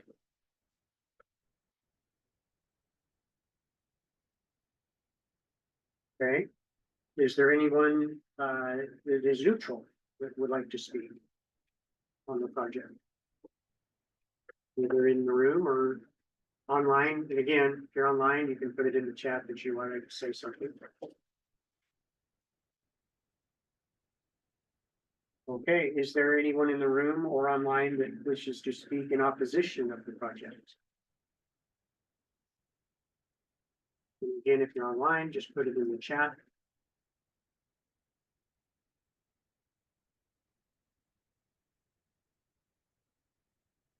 Okay, hearing none. Generally, this would be where you would rebuttal. Did you have anything you wanted to add, just giving you the opportunity, but you good? And nothing comes immediately to mind. Thank you for offering. Okay. Does staff have any other comments in response to testimony or evidence offered? So, Chair Warren, I need to bring to the planning commission's attention while this hearing was proceeding, we got another submission for the record from representative of New Sun. So they sent in 2 letters that I'll try to read into the record here. We didn't have any staff to go print these out and stamp it for you. So I believe these will come into the record as exhibits 19 and 20. 20 and 21. Okay, sorry, thank you. So the first is these are letters in support of House Bill 3135. The first is from the Oregon Association of Conservation Districts. And so I'm just going to kind of paraphrase these to you guys, unless you want me to kind of get more in depth. And so this letter is from Jan Lee, the president of the Oregon Association of Conservation Districts. It is in support of House Bill 3135 for juniper removal. It talks about they represent Oregon's 45 soil and water conservation districts. And their task is to protect and enhance soil quality, water quality and quantity and habitat by providing technical services and supporting voluntary conservation in partnership with private landowners. And those districts in Eastern Oregon have been working on juniper removal for 10 years. To meet the protection of sage grouse habitat in conjunction with the Natural Resources Conservation Service, BLM, U.S. Fish and Wildlife, and partnering agencies. They are asking for extended funding under House Bill 3135 for juniper removal. Support for the protection of sage grouse, but also assist in wildlife protection as well as water conservation. And there's some comments about language in section 1 of the bill, which I don't think is relevant to this hearing, and so that would come in as exhibit 20. The second letter is a letter in support of House Bill 3135 from Eric Klon on behalf of he's a city engineer with the city of Prineville. He said the letter is the city of Prineville and Crook County. I don't know if he had authority to speak on behalf of Crook County, but anyway, so this letter talks about since the 1880s, juniper range has increased tenfold in Central Oregon. It talks about the benefits of juniper removal, improving groundwater availability, increasing biodiversity, and reducing fire risk, and improving soil health. And again, it's another letter that's basically stating that juniper removal is a good thing and there's support of House Bill 3135. So these will go to the record once we have staff available tomorrow to stamp and put them in. I just want to make sure if you guys want to close the record at the end of this, you know, we can. These will be, so we hear it ahead of time. They just won't be stamped and numbered until. Right, no, I get that, and I mean, I don't want to speak for everybody, but I don't think we have too much concern about why we don't like juniper. I think if George says, it's kind of the process. Yeah, okay, so. At this point, then.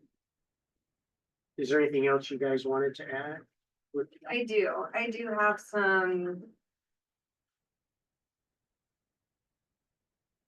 I do have some things. My brain's a little jumbled, so, just for clarity of the record and some dates, because Commissioner Plant, I do hear you and the process and how we arrived to today. Application is date stamped received October 24th. The applicant provided a authorization form. Jacob Stevens has been retained to act as my authorized agent to perform all acts of development on my property noted below. Provides the township section range with the applicant's signatures and the property owner's signatures. So for date wise, that's what staff has to go with, okay? Next,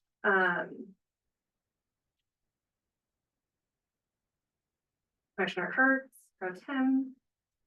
Gonna have to figure out, is it Pro Tem Kurtz, is it Commissioner Pro Tem Kurtz, how's the, I think it would be What's the commissioner if official- he's sitting up what's here. the official? When he's up there, he's commissioner. Okay, Commissioner. He's in the back, he's pro tem. Okay. I like it, okay. I believe it was your comment that, or maybe it was Commissioner Dill, like when the application is received, that should be. There are conditional use approvals and conditional uses that never get developed. Or something happens and they get approval and then the applicant would be, the property owner would then potentially not be able to, or be hemmed in by those potentials, those could be's, right? So, as you're looking at these timing and clear and objective standards, findings, conditions of approval, that not only help staff and the public process, right? Have the public be able to know what's being developed next to them in our community.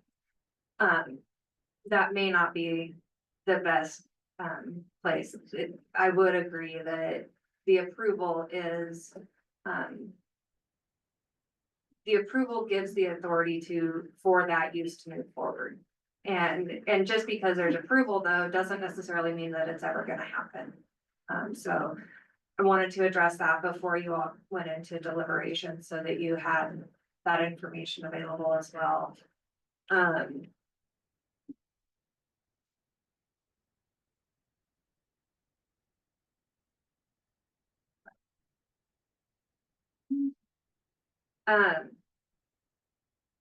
The biological surveys, I heard the applicant say the biological surveys have been completed. the county has not received those. So those are not a part of any of the, again, property owner may or may not have that opportunity. Well, they do, they can clear junipers on their own property. In regards to this particular application, this particular use, county has not seen any of those.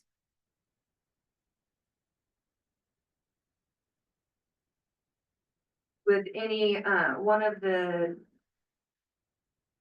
conditions is consultation with the weed master. If you're gonna do any aerial revegetation, if you're gonna use,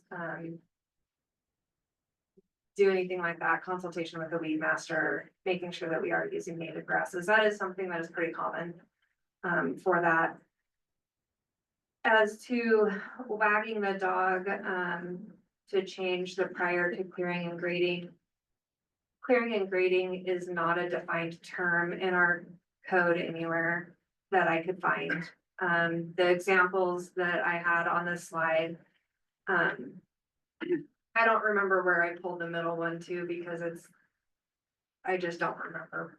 But the bottom one was from the assessor's office or the state assessment definition. So trying to use Oregon revised statutes to help to provide some clarification and to further refine this so that we're getting specificity at a level within the public process so that folks know what the use is, how it looks, how it's gonna be on the site, and how does that translate to those conditions of approval. So during deliberations, as much as prior to clearing and grading, but what is clearing and grading? It's the first step of any construction project. So is that site clearing? Is that the plans? Is the first step the proposed use? Is the first step the application? Like there, I rabbit holed a little bit into this, like, and there's a lot of vagueness, and our code doesn't provide that level of definition and so having you all up here and help, have this dialogue and really robustly discuss this, I think makes for a better decision. It makes for better process moving forward, clarity for the applicants, clarity for staff, and for planning commissioners as you're making decisions for solar development. So I think that's all my notes. I don't think I had anything else that I wanted to touch on, but I will see if John has something. I'll just add, so I echo what Katie says, but so another thing to keep in mind is perhaps clearing and grading was overused in this one. It's not a great term, but perhaps it's overused because there are, I think, aspects of the application. This one, it might be too late, the horse might be out of the barn, but moving forward for you guys to consider that, the things like the erosion control plan, things like survey, those need to be done before juniper. But there are other aspects of this development conditions that perhaps should have a different benchmark that is further down the road, whether that's electrical permits or whether that's like development activity. And so I think clearing and grading will kind of use it as a catch-all for some of these, but as you work on terms, maybe there's not one term that it's going to fit everything that's going to be perfect. Maybe you should look at the different aspects of these conditions and perhaps 2, 3, maybe 4 terms would be more appropriate. Can I offer my view, please? Absolutely. Okay, to me, juniper removal means some trucks, some guys with chainsaws. Then they scoop them all up and put them in a pile. Clearing and grading requires bulldozers and earth movers and heavy equipment that's gonna change what's there. So are we just hung up on clearing and grading because we don't know really what it is? And all it says is clearing and grading, before this or that happened, or gotta have the approval before they can launch into the development, which will involve clearing and grading and all the things that have to be done to make it a level spot to put their racks. Yeah. had a lot of juniper talk today, I've got juniper on the brain, but the former attorney of me would also probably note that, it's conjunctive, clearing and grading is the standard here, so, just clearing is not clearing and grading. Clearing and or grading. Right, exactly. It's not saying clearing or grading, it's saying clearing and grading. And so, this is, planning commission's task here. We are here to help as much as we can. But I think it would make sense to kind of work through these conditions, and, try to find terms that would be most appropriate, or at least, maybe we could add some, substance to clearing and grading that kind of makes it more clear objective than just these two terms that are not defined and totally different, but So if they just went out and started yanking up juniper, is that clearing or is that removal? so I would say can be phrased as clearing juniper or removing juniper. But it probably has a different context, or at least is meant to have a different context. Or For not this condition. sagebrush? Oh, what about red? Yeah, exactly. So, there's, and maybe Greg can speak to this. There are definitely benefits to removing juniper. There are benefits, for groundwater, and they're talking about for forage. But that's a different thing if you're removing everything as you remove the juniper. And so if you're selectively removing the juniper and leaving everything else there, I think Greg would agree that's a strong benefit to habitat. And so that's a positive thing that we should support. But we want to make sure that it's not kicking up dirt and there's an erosion control plan, and the wood's not being stacked without anything for the fire district to look at. So this is where your wisdom comes in. So the point I'm trying to make is that juniper got removed by the owner. The applicant is here with a plan for development that will involve grading and clearing of the land to put it to the use that they're applying for. So can we penalize them for doing something that they didn't do? I don't think that's the intent of this discussion, to penalize them. I think the intent, so, from my perspective, it would be great to have clear and objective standards so we can have teeth. And so, there's nothing wiggly and squishy, right? So if something happens, I can point to the conditional use approval and I can say, it's okay, or I can say, no, you guys clearly violated this, so I can do my job. And so I don't like squishy language, I don't like where we are with this, and so I'm hoping we can put together a final decision that, And how, because I feel the same way that we did, is not a penalization type thing, but, if the landowner didn't, we can all think what we want about, okay, well, he was preparing for it or whatever, but if the landowner did it, and has that right to do it, you're just wanting something out of our decision, one way or the other, So of how we came to that, or, because here's my thought, what if Ron would have done that 2 years ago, and then they came in to do an application? I mean, we wouldn't even be talking about it. I understand why we are, but there's nothing wrong with what was done. It looks bad when we're trying to make sure we've covered all our bases, is what I'm thinking. So I guess what my ask for the planning commission is. If juniper removal is not clearing and grading, when do we get an erosion control plan? During the first hearing we had of this, we had testimony about fugitive dust.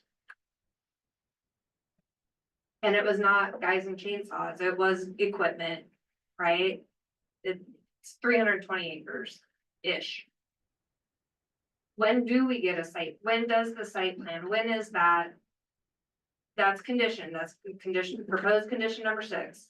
Can you pull the proposed conditions back up, please? Yes. So looking through the proposed conditions of approval. If clearing and grading is clearing and grading, like there's no permit for clearing and grading. How do we wait for, like, how, there's no teeth, as John said, there's no teeth. So when would the applicant submit a site plan identifying the location of the poles for the transmission line? When they're putting them up? Is that prior to clearing and grading? What is clearing and grading? Well, we have clearing and grading, and we have clearing or grading. It's all over the place because it has been all over the place. Yeah. Like, each time a solar application, a photovoltaic facility application has come in and a decision has gone out, we have learned, right? Growing, we're learning, we're understanding. Now as they're being developed on a more expedited, we have quite a few that are under development at different stages in the county. And as staff and as applicants, and not only planning staff, but our whole community development department, from our permit techs to our plan reviewers to Crook County Fire and Rescue with the emergency plans, like, we're all at different places. So the proposed conditions of approval that have moved forward are kind of all over the place. So the questions then, when does a site plan come in? Is it prior to clearing and grading? Is it prior to an electrical permit? Is it prior to clearing juniper? When does the erosion plan come in? And like John said, application's already here, it's deemed complete, we're in the continued hearing. Horse is out of the gate. Moving forward, Crook County, our comprehensive plan speaks to it. We have a solar resource, we have infrastructure. There most likely will be additional photovoltaic proposals in front of you. So How do we when would these conditions of approval? isn't the primary thing the concern about if they remove the juniper, the soil erosion? Isn't One of that- them? That's one of them. We should break it down in how they clear the juniper. If they're going in there with chainsaws and cutting it, there's no erosion issue. They're not pulling out roots. But if they're going there with heavy equipment, ripping roots out, they should probably have erosion control based off that. So you should have the erosion control before you have the equipment, pull roots out. But if you're just going in there with a chainsaw, cutting the trees down, leaving them in the way, then you Just like the BLM does every year, they pick up a plot of land, they clear a bunch of junipers, they cut them off.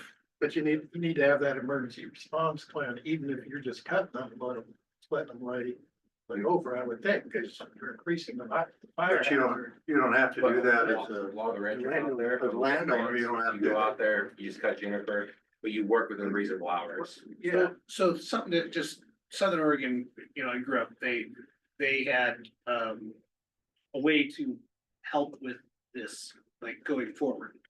Was anytime you're going to modify anything over a certain amount of acreage or land. In any way, shape, or form, you have to notify the powers that be. You have to let the fire department know, you have to let the planning department know, you have to let them know, like, hey, there's no big permit or anything, but you have to let them know, and then they say, hey, here's a list of things and people you need to notify so that you don't do something you shouldn't do. When it comes to residential development, when it comes to commercial development, anytime you move more than a certain amount of yards of dirt. So it could be 100 yards of dirt, it could be 500 yards of dirt. But they have a set number. And it's to help with situations like up on Powell Butte, where one of my neighbors just decided to cut a big ass road into the hillside. And then rocks started ending up on the neighbor's property. And then there's no control for erosion ahead of time or for any of that stuff, right? So like, and it's not to hinder people's ability or to tell them what they can or cannot do with their land, but the idea is to give them guidance. Hey, okay, if you're gonna do that, before you go bulldozing a bunch of stuff, here are the things that you need to know. And then they have that as a guideline, or it is a requirement if you're going to cut into a hillside that's at a, whatever grade. And is that kind of what, we need to come up with something, whether it's a guideline or. I think at this point, that sounds like a great topic for a work session Okay. at a later date Okay. for a much larger big picture. Right. What you're tasked with tonight is twofold. One, has the applicant met their burden of proof that they've met the criteria, the applicable criteria for the proposed use?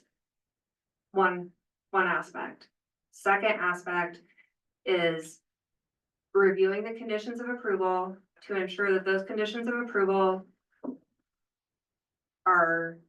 support the decision, either that the applicant has or has not met their burden of proof, and that those proposed conditions of approval provide specificity in allowing the public, the applicant, and staff with, these are the mechanisms that are in place that are allowing the conditional use to move forward.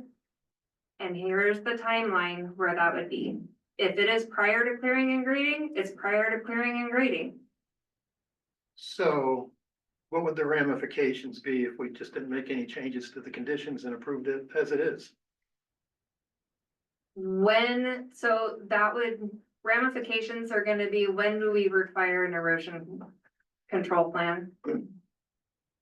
When do we require, if it's gonna trigger an emergency response plan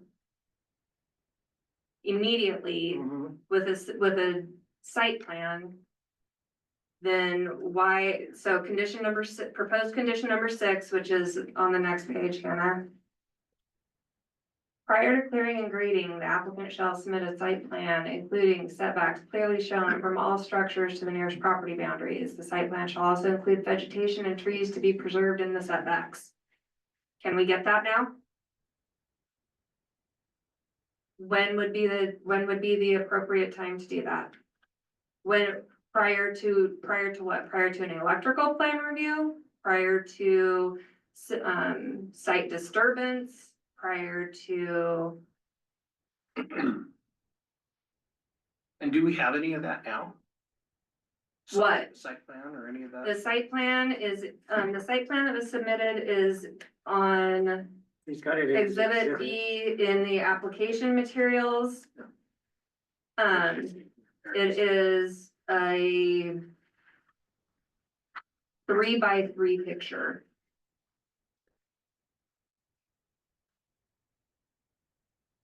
And it says present overview,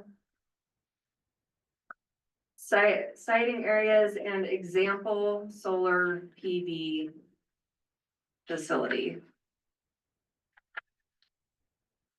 So they submitted a site plan, it's an example.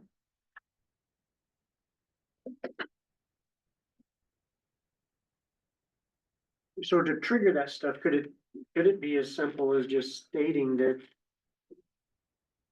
prior to, I mean, any additional work, prior to starting any type of, But okay, I mean, like any kind of grading and prior to that, the county has no grading standards.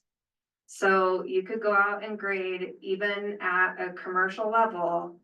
Because there's no building plan review, there's no set time. That's where that's where I believe the intent, and it sounds like Greg was here when prior to clearing and grading came into the decision process, was that the land was changed between the approval and then receiving the information that the conditional use would then require.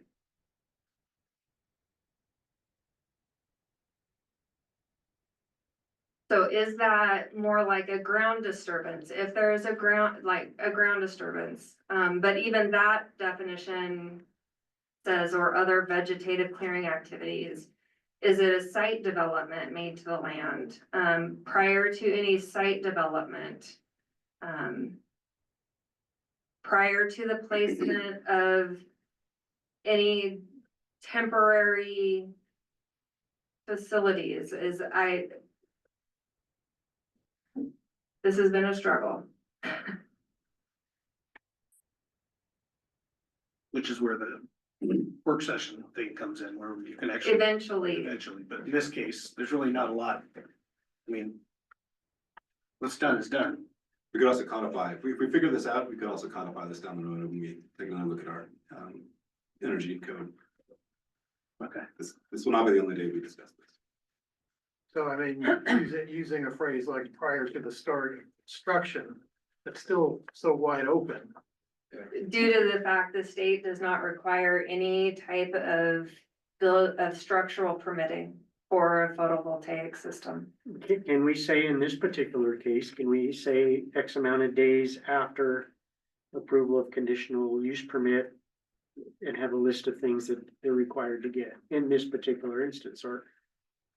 I mean, I don't know, I'm just trying to think of how to. I think in this case, don't we just need to say, you know, hey, you've 30 days to get your erosion control plan squared away. You've got 90 days to get your fire control plan squared away, your emergency response plan squared away, and a timeline to get the flammable materials gone. I mean, is that more of a direct? Because I mean, it's already been done. So at this point, everything else looks to be met, with exception to what to do with the things that have been done that maybe shouldn't have already. And that's kind of, yeah, it's exactly what I was, because I think that would give us something to say, okay. This is what we. To point back on. to So Joan's one point. conditional use before a work session. Kind of It's, push things forward. condition 15 talks about the emergency management plan. And condition 16 says a copy of the erosion and sediment control plan. So you said you have not received those yet? Correct. It doesn't say when they have to happen, it just says This they is have to prior happen. to any clearing or grading at the site. That's not these two conditions. 16 does say that in the last sentence. Oh, I didn't read it enough. Prior to the clearing, yeah. The timing is just not good. Because So- I have a hard time with it not being under contract already for the application to have been submitted, at which point the property owner is waiving some of their rights of use of the site. It's now becoming a commercial development site that's waiting for approval.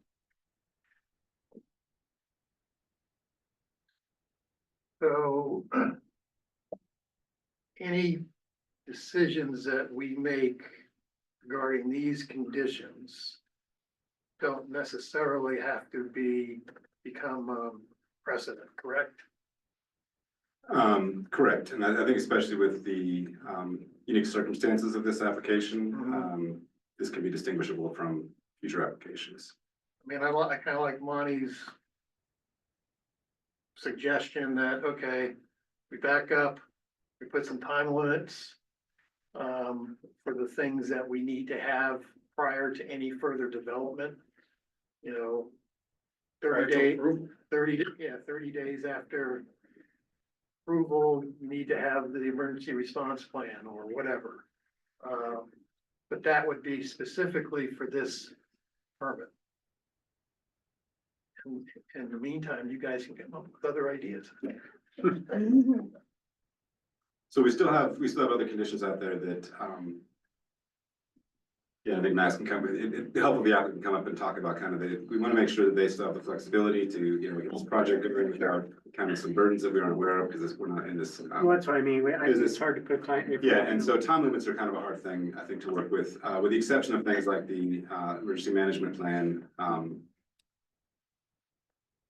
Russ made it clear that, you know, just having, the juniper sitting there is a risk, and so maybe they have some ideas on how to phrase that, but I think for the clearing and grading, I think just maybe make that, less ambiguous, and so we could, you know, I could throw out some language for you guys to consider, but I'd be interested in hearing the applicant's opinion on things like the emergency management plan that need to be done. Even if they don't start developing the property, just because they have the juniper there, so. So you can see our dilemma. I mean, Yes, sir. okay, so Yeah, so, state your name for the record again. Just thank you, Max Yankovic on behalf of the applicant.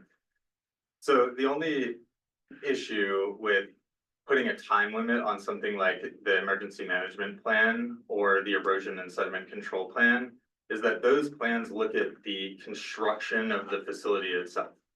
And that is what forms the basis for how those plans are developed and how they're actually managed.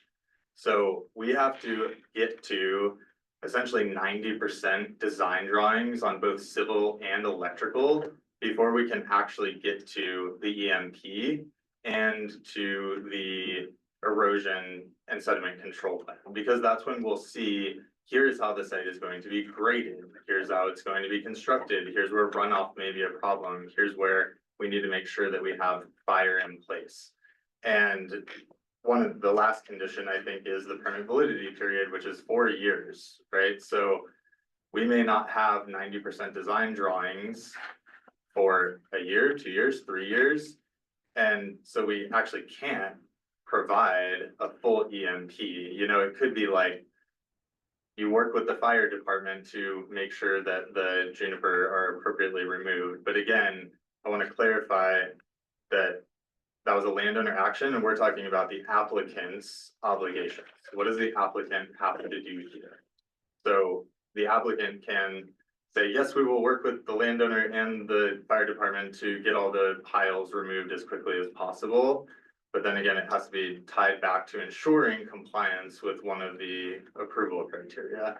So I don't have an answer for you. I think one of the things you could consider in terms of language would be prior to permanent above ground disturbances or constructions, right? If before we want to go build a road, before we want to level the property, we have to put our building permit applications in place. We have to comply with all those conditions, because then we're actually physically changing the nature of the underlying ground. That might be one way to do it. The other thing I had mentioned before was you could look at it from a perspective of anything that's not allowed as an outright permitted use in the zone. Right, so if you're doing something that's not allowed in the current zoning code, well, that then rises to the level of something that's allowed conditionally. So before you do anything that's conditionally allowed, that's when you have to comply with all these conditions of approval. Those are different points in time when you could look at ensuring that applicants submitted all of these different requirements that are necessary under the proposed conditions of approval. Those are some of my thoughts. But as I stated before, we are already in the process of working with the Crook County Fire and Rescue Department to deal with the trees. We're working on an aerial seeding plan. We've been working with the landowners on road control. So we're down that process already to try and, you know, remediate some of these concerns. But if you were to say we need an EMP within 30 days, that's impossible for us to perform on. So, do you mind if I ask a question to Max? Yeah. Sure. So Max, I think I hear what you're saying. So in light of the emergency management plan, as far as the stacked juniper, would you be amenable to a timeline, like we said, to consult with fire and rescue to have a plan to deal with that standing juniper? So basically adding a new condition of approval that is specific to that issue. Yes. And Does that make sense? yes, and what about basically saying, how are you gonna control any erosion between now and when they break ground? Like, what's the plan for that? Is that seeding the ground with something? Is that? You know, That's the current plan, would be to do aerial seeding with, I believe, crested wheat, but as John's saying, you know, the current condition related to erosion control could be would require consultation with the Soil and Water Conservation District, the Watershed Council, and Oregon Agricultural Water Quality Management Program. So similarly, you could say applicant needs to go and consult with those agencies within 60 days of approval to come up with a plan to address any erosion that may actually occur, you know, something like that. That way we have some way we can work with these agencies to address the concerns that you're talking about, while at the same time being able to actually perform them. Because I don't want to get into a situation where you say, we need an EMP in 30 days. I'm like, I literally can't do it, you know? So how do we create a condition or modify these conditions in a way that we can perform them and be responsive to the issues that you all are discussing? Any other questions for Max? Right, Thank you. Okay, so that leaves me with another comment based on what he just said. So 15, when it says the impact fee and the EMR plan will be due prior to any permanent above ground construction or within 60 days of approval. And could not the same thing apply to the erosion control after working with all these agencies prior to permanent above ground construction or within 60 days of approval? So we just fix that and pretend like clearing and grading doesn't exist in this instance? I would say that is probably fine, but if they don't start construction for 2 years or 3 years, then it doesn't. Well, mean as anything. long as they have everything done in advance within 60 days of approval of this permit, doesn't matter how long it takes them to actually do it. Well, it does if there's a fire ripping through there and then now you have 40 Well, piles of stuff on I fire. got the impression they were gonna work with Well, but fire I marshal guess regardless. we kind of have to be careful because now it opens the door for every other. I mean, does it set precedent or not if you kind of let one go one way and somebody else goes another way and. well, that's the problem I have is the applicant, regardless of what transpired, the applicant didn't do it. Right. The home, or the property owner did. Well, regardless, the property owner is benefiting from. He is, but I don't know if that's, I don't know if it'd be It's not sitting, approval criteria. yeah, It's not approval criteria. It's what we need to be focused on. Right. yeah, that's why I like the idea of having these plans, the plans in place. Obviously, they can't do the studies, but I don't remember exactly what you worded, but what you were saying, What but he said is, emergency management plan will do prior to permanent above ground construction or within 60 days of approval. And then the same thing down here with the erosion and sediment control plan, et cetera, watersheds and all that stuff. Prior to permanent above ground construction or within 60 days of approval. So whether they actually break ground or not, they will actually have all this in place. the plans. The plans will be in place before they actually break ground for the project. I think. If I'm wrong, say so. Commissioner Scott, Could I clarify? yeah, we might be asking some questions. Okay. You go ahead. I was just gonna try and clarify that within 60 days of application, we could do something like, we have to go consult with Crook County Fire and Water and those natural resources agencies to come up with a plan to deal with erosion and fire related to the juniper. But the actual EMP plan and the final erosion control plan, those have to be tied to when we are going into construction. I can't provide 90% civil and electrical drawings within Okay. 60 days of approval. So I think bifurcating those, exactly what you're saying, but splitting them in two. So the actual EMP and the erosion control plan are due prior to permanent, above ground construction. And then a separate condition of approval that says within 60 days of approval, applicant shall consult with Crook County Fire and Rescue to address juniper piles existing on the site. Something like that. Okay, thanks for the clarification. Thank you. What were you gonna say, John? Were you gonna say something? He got most of it. I guess my question was in Laquita's wording on the or within 60 days or construction activity. And then so it's in the disjunctive. So which is it? Is it the earlier or the later one would be the term? Leave off the 60 days. For both of them. That reasonable, and then add another one. That within 60 days, they consult with the fire marshal regarding whatever. Somebody could word it. I like would, I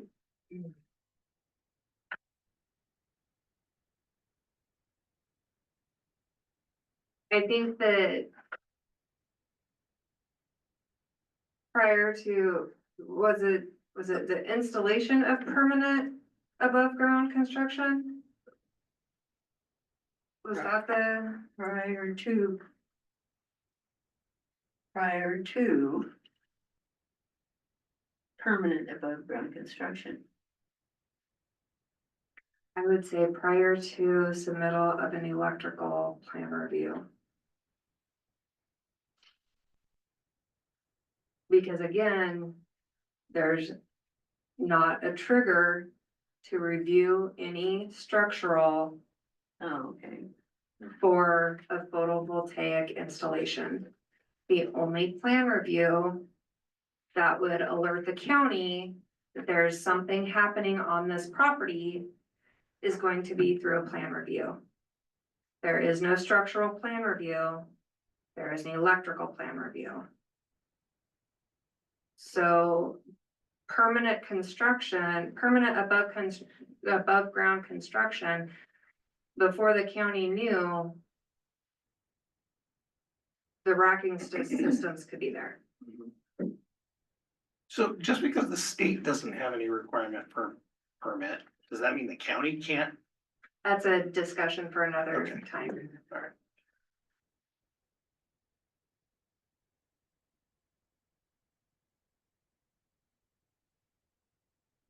So I've instead. got, this is way out there. I forget, I'm not even gonna say. Oh, it. come on. Well, in my prior life, you know, if this had occurred on forest land, just having all that juniper slash constitutes an additional hazard. And then the landowner slash and or operator need to take specific. There are things they need to do to either mitigate that additional hazard or take on additional liability for the cost of any fire within that area. I'm just telling you that for FYI. I'm not saying that fits here, and I'm not suggesting that that actually be a condition of this permit. But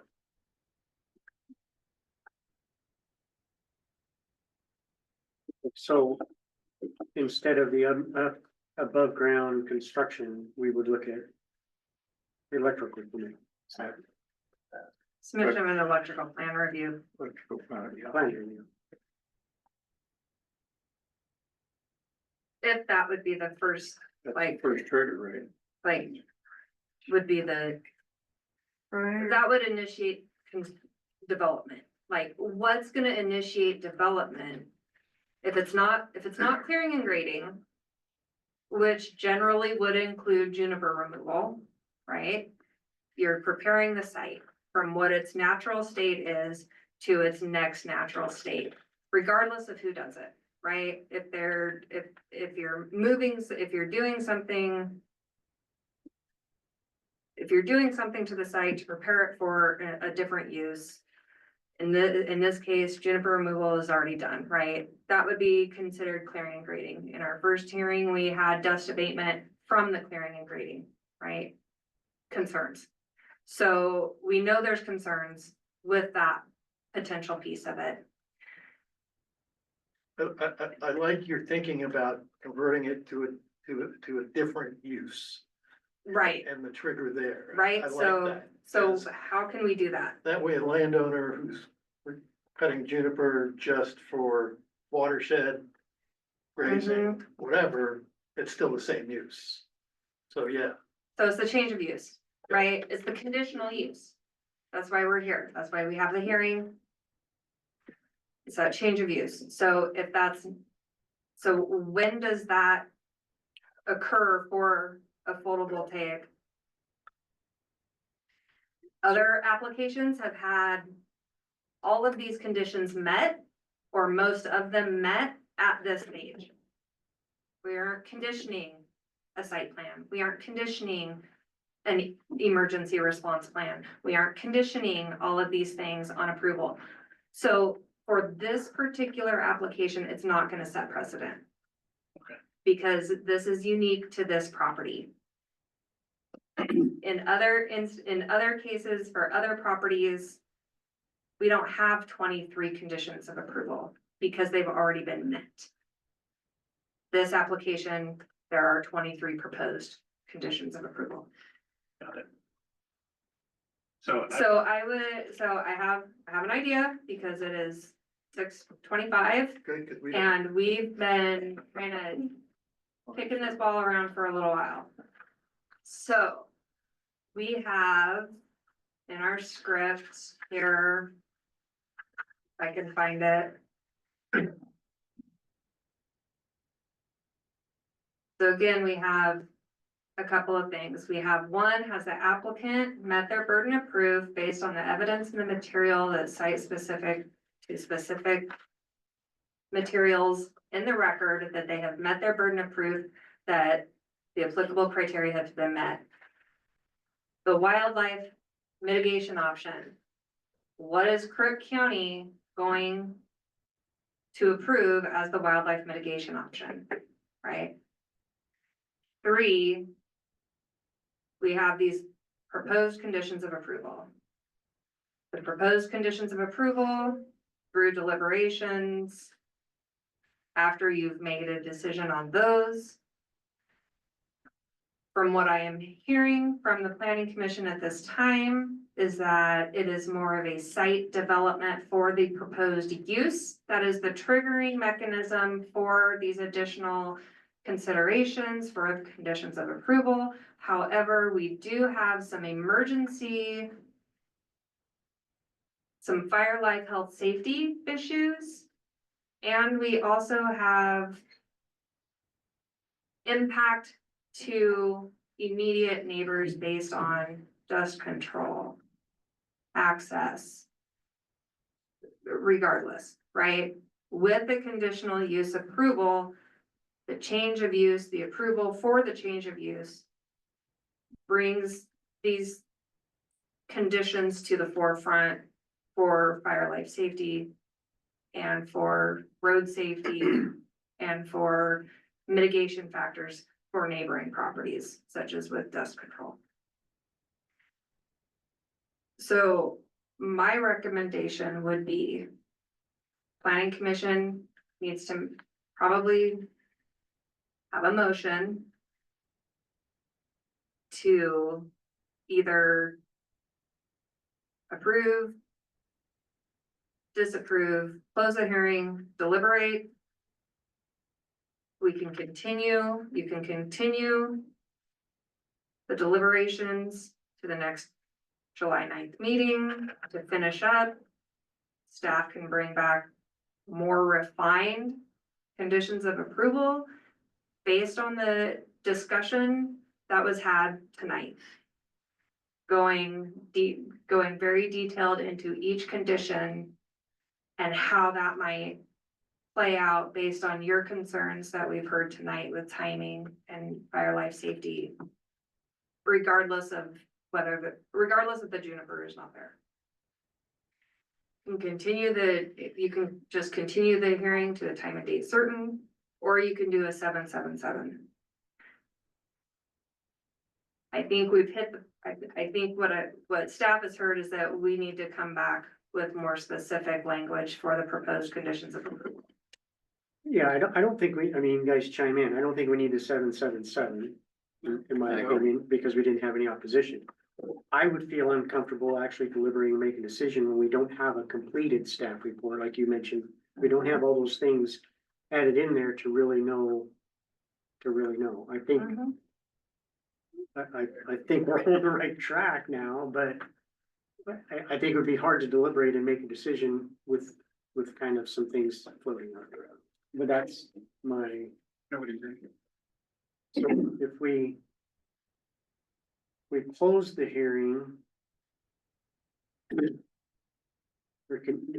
we close the hearing and just continue it for deliberations then? Because we don't. Continue the hearing for deliberations. Okay. Close the record, continue for deliberations only. So Quita, I'm gonna have you make the. Ready for a motion? Yeah. Mr. Chair, I move we close this hearing and the record and can, and continue. All right, now I'm missing that. For deliberations only. Well, we're not continuing we're closing the hearing, but we can continue it for deliberations only at a time and date certain. Right. So say that again. I move that we close the hearing, close the record. And continue. No, we don't close it. Are we closing it, or if we're continuing it? Continue the hearing for deliberation only. Yeah, For okay, deliberations only with more refined conditions of approval provided by staff for Right. deliberation There you go. next time. Okay, say that again. what, okay, I was. George moves that we You close are- close the record and continue it for deliberations only. Deliberations to the next date and time certain, which will include refined conditions with more detail about the concerns that we've had tonight From staff. from staff. Date and time certain would be July 9th. July 9th is our next. July Planning 9th. Did you just say 9th?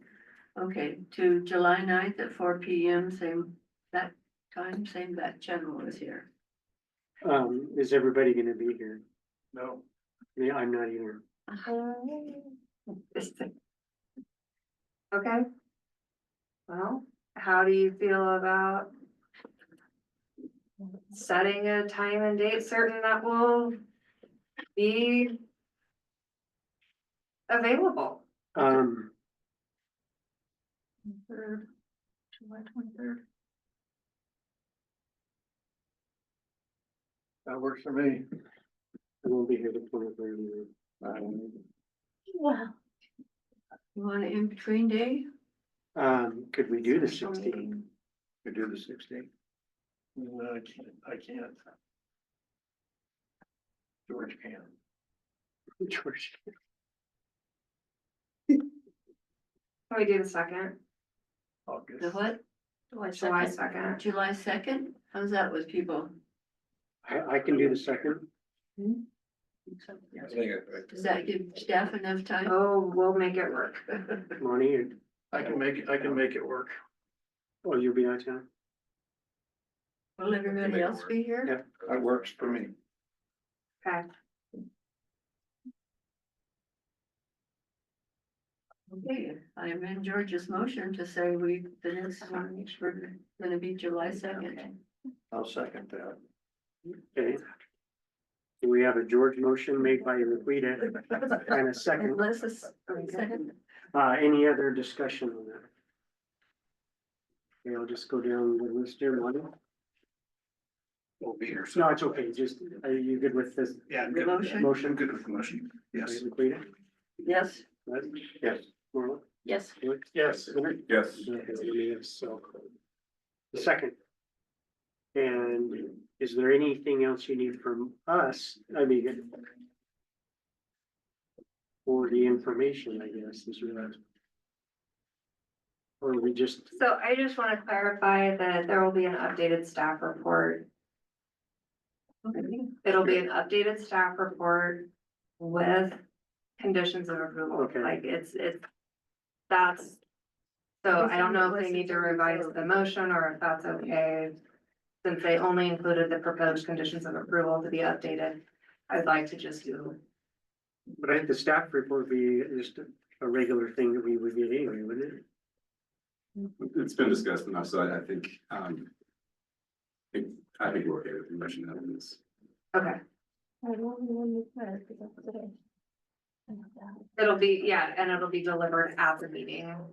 Okay, what? It'll be delivered pretty much at the meeting as soon as I get it done.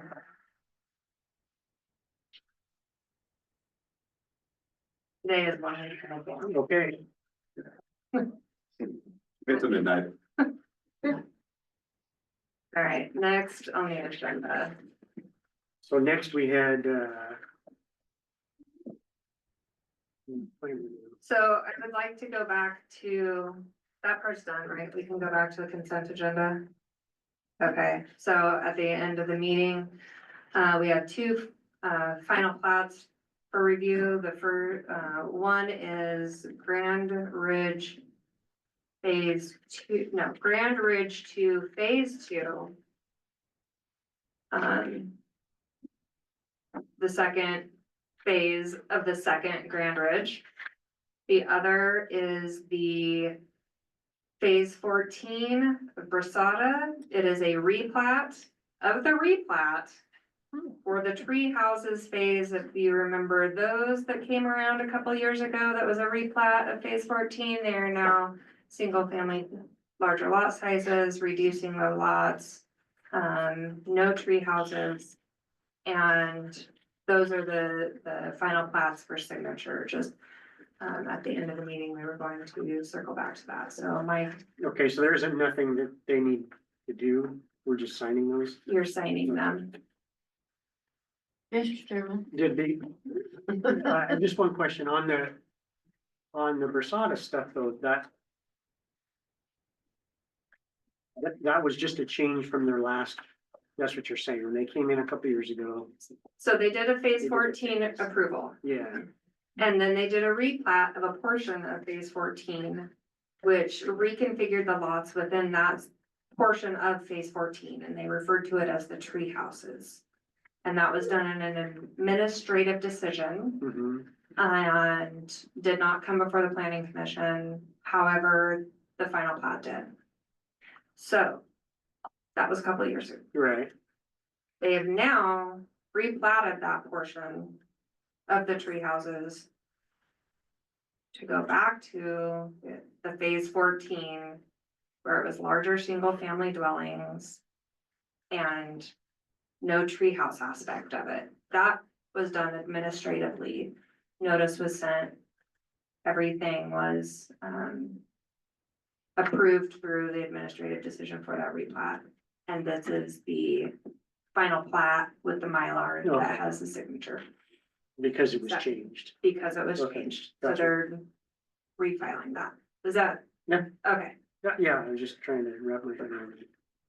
Okay, This is the Grand Ridge that we saw just not too long ago. Correct. Okay. Correct. So this is the southern piece of Grand Ridge. So there's Grand Ridge 1, which has come down, and then this is the southern piece, Grand Ridge 2. And this is Phase 2 of that. Phase 2 of Part 2. Correct. Okay.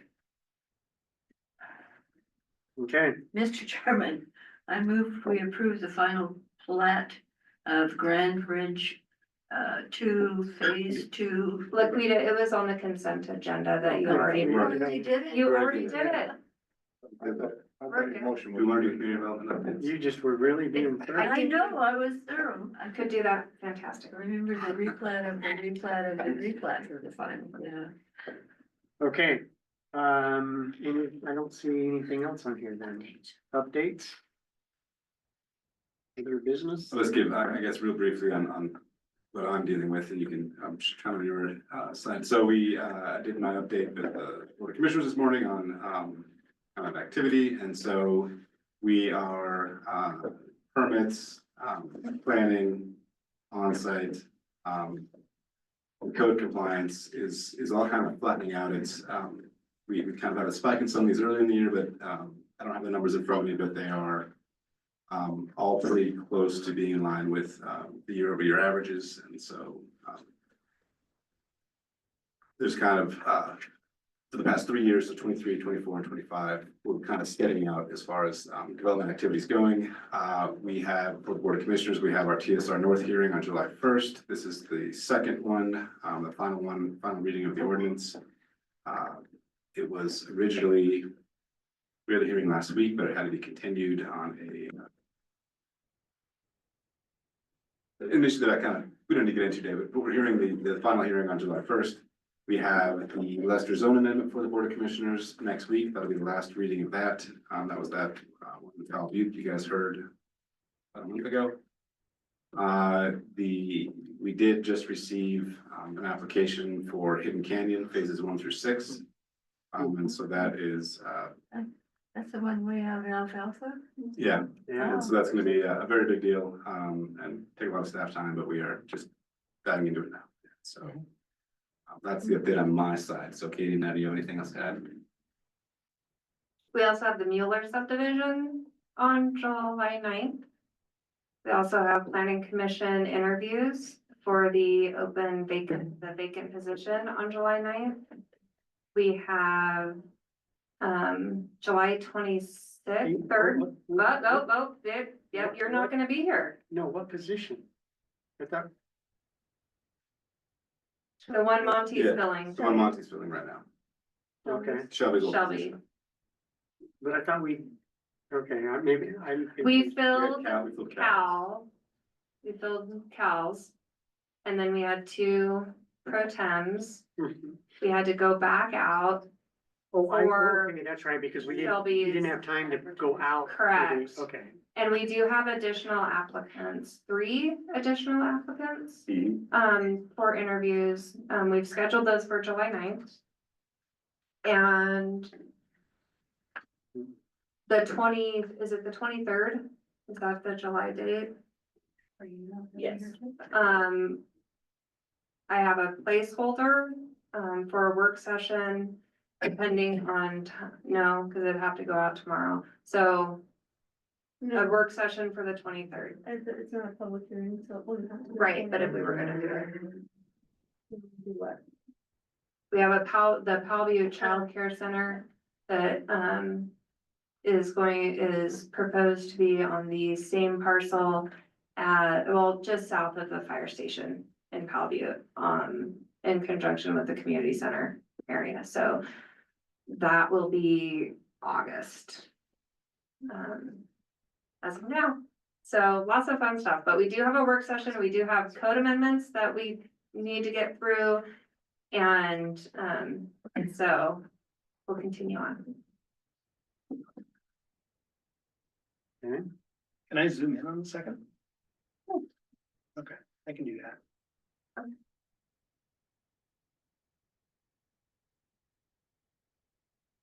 okay, anything else? Not from staff. This is just a request. Because I had no idea that the county court approved our pro tems and I don't think anybody did. So when that process does happen, if an email could be shot to us. So we knew. That would be, I think, good, right? Fantastic suggestion, and I don't know how I failed to give you guys that information. Because when I got Hannah's email today, I'm like, oh, okay, I need to do something here, but I didn't know they were approved. Just so we know, that's all. Could not agree with you more. I apologize for not doing it the first time. That's okay. You got a letter, right, Hunter, after I think the issue is that, letter came from the administration office, and so it dropped off my radar to make sure that everybody else here was aware of that. And so- I figured I would have heard if they didn't approve it. The other 2 of us, Thank you. What's that? the other 2 of us were there, so Yeah, we knew. 2 of them were there, so, I mean, they knew, Yeah. but you guys absolutely should have known, and so I apologize, and I'll make sure that next time that happens, you guys will get informed of that. Cheryl didn't come in like she did before? She's out of town today. Oh, They did their swearing in at the offices before the. Oh, okay, well, it's kind of cool when Cheryl would come here and do it. Yeah, we got the email. Okay, I would entertain a motion to adjourn. So moved. Yep, second. Any discussion? All in favor, say aye. I. Okay,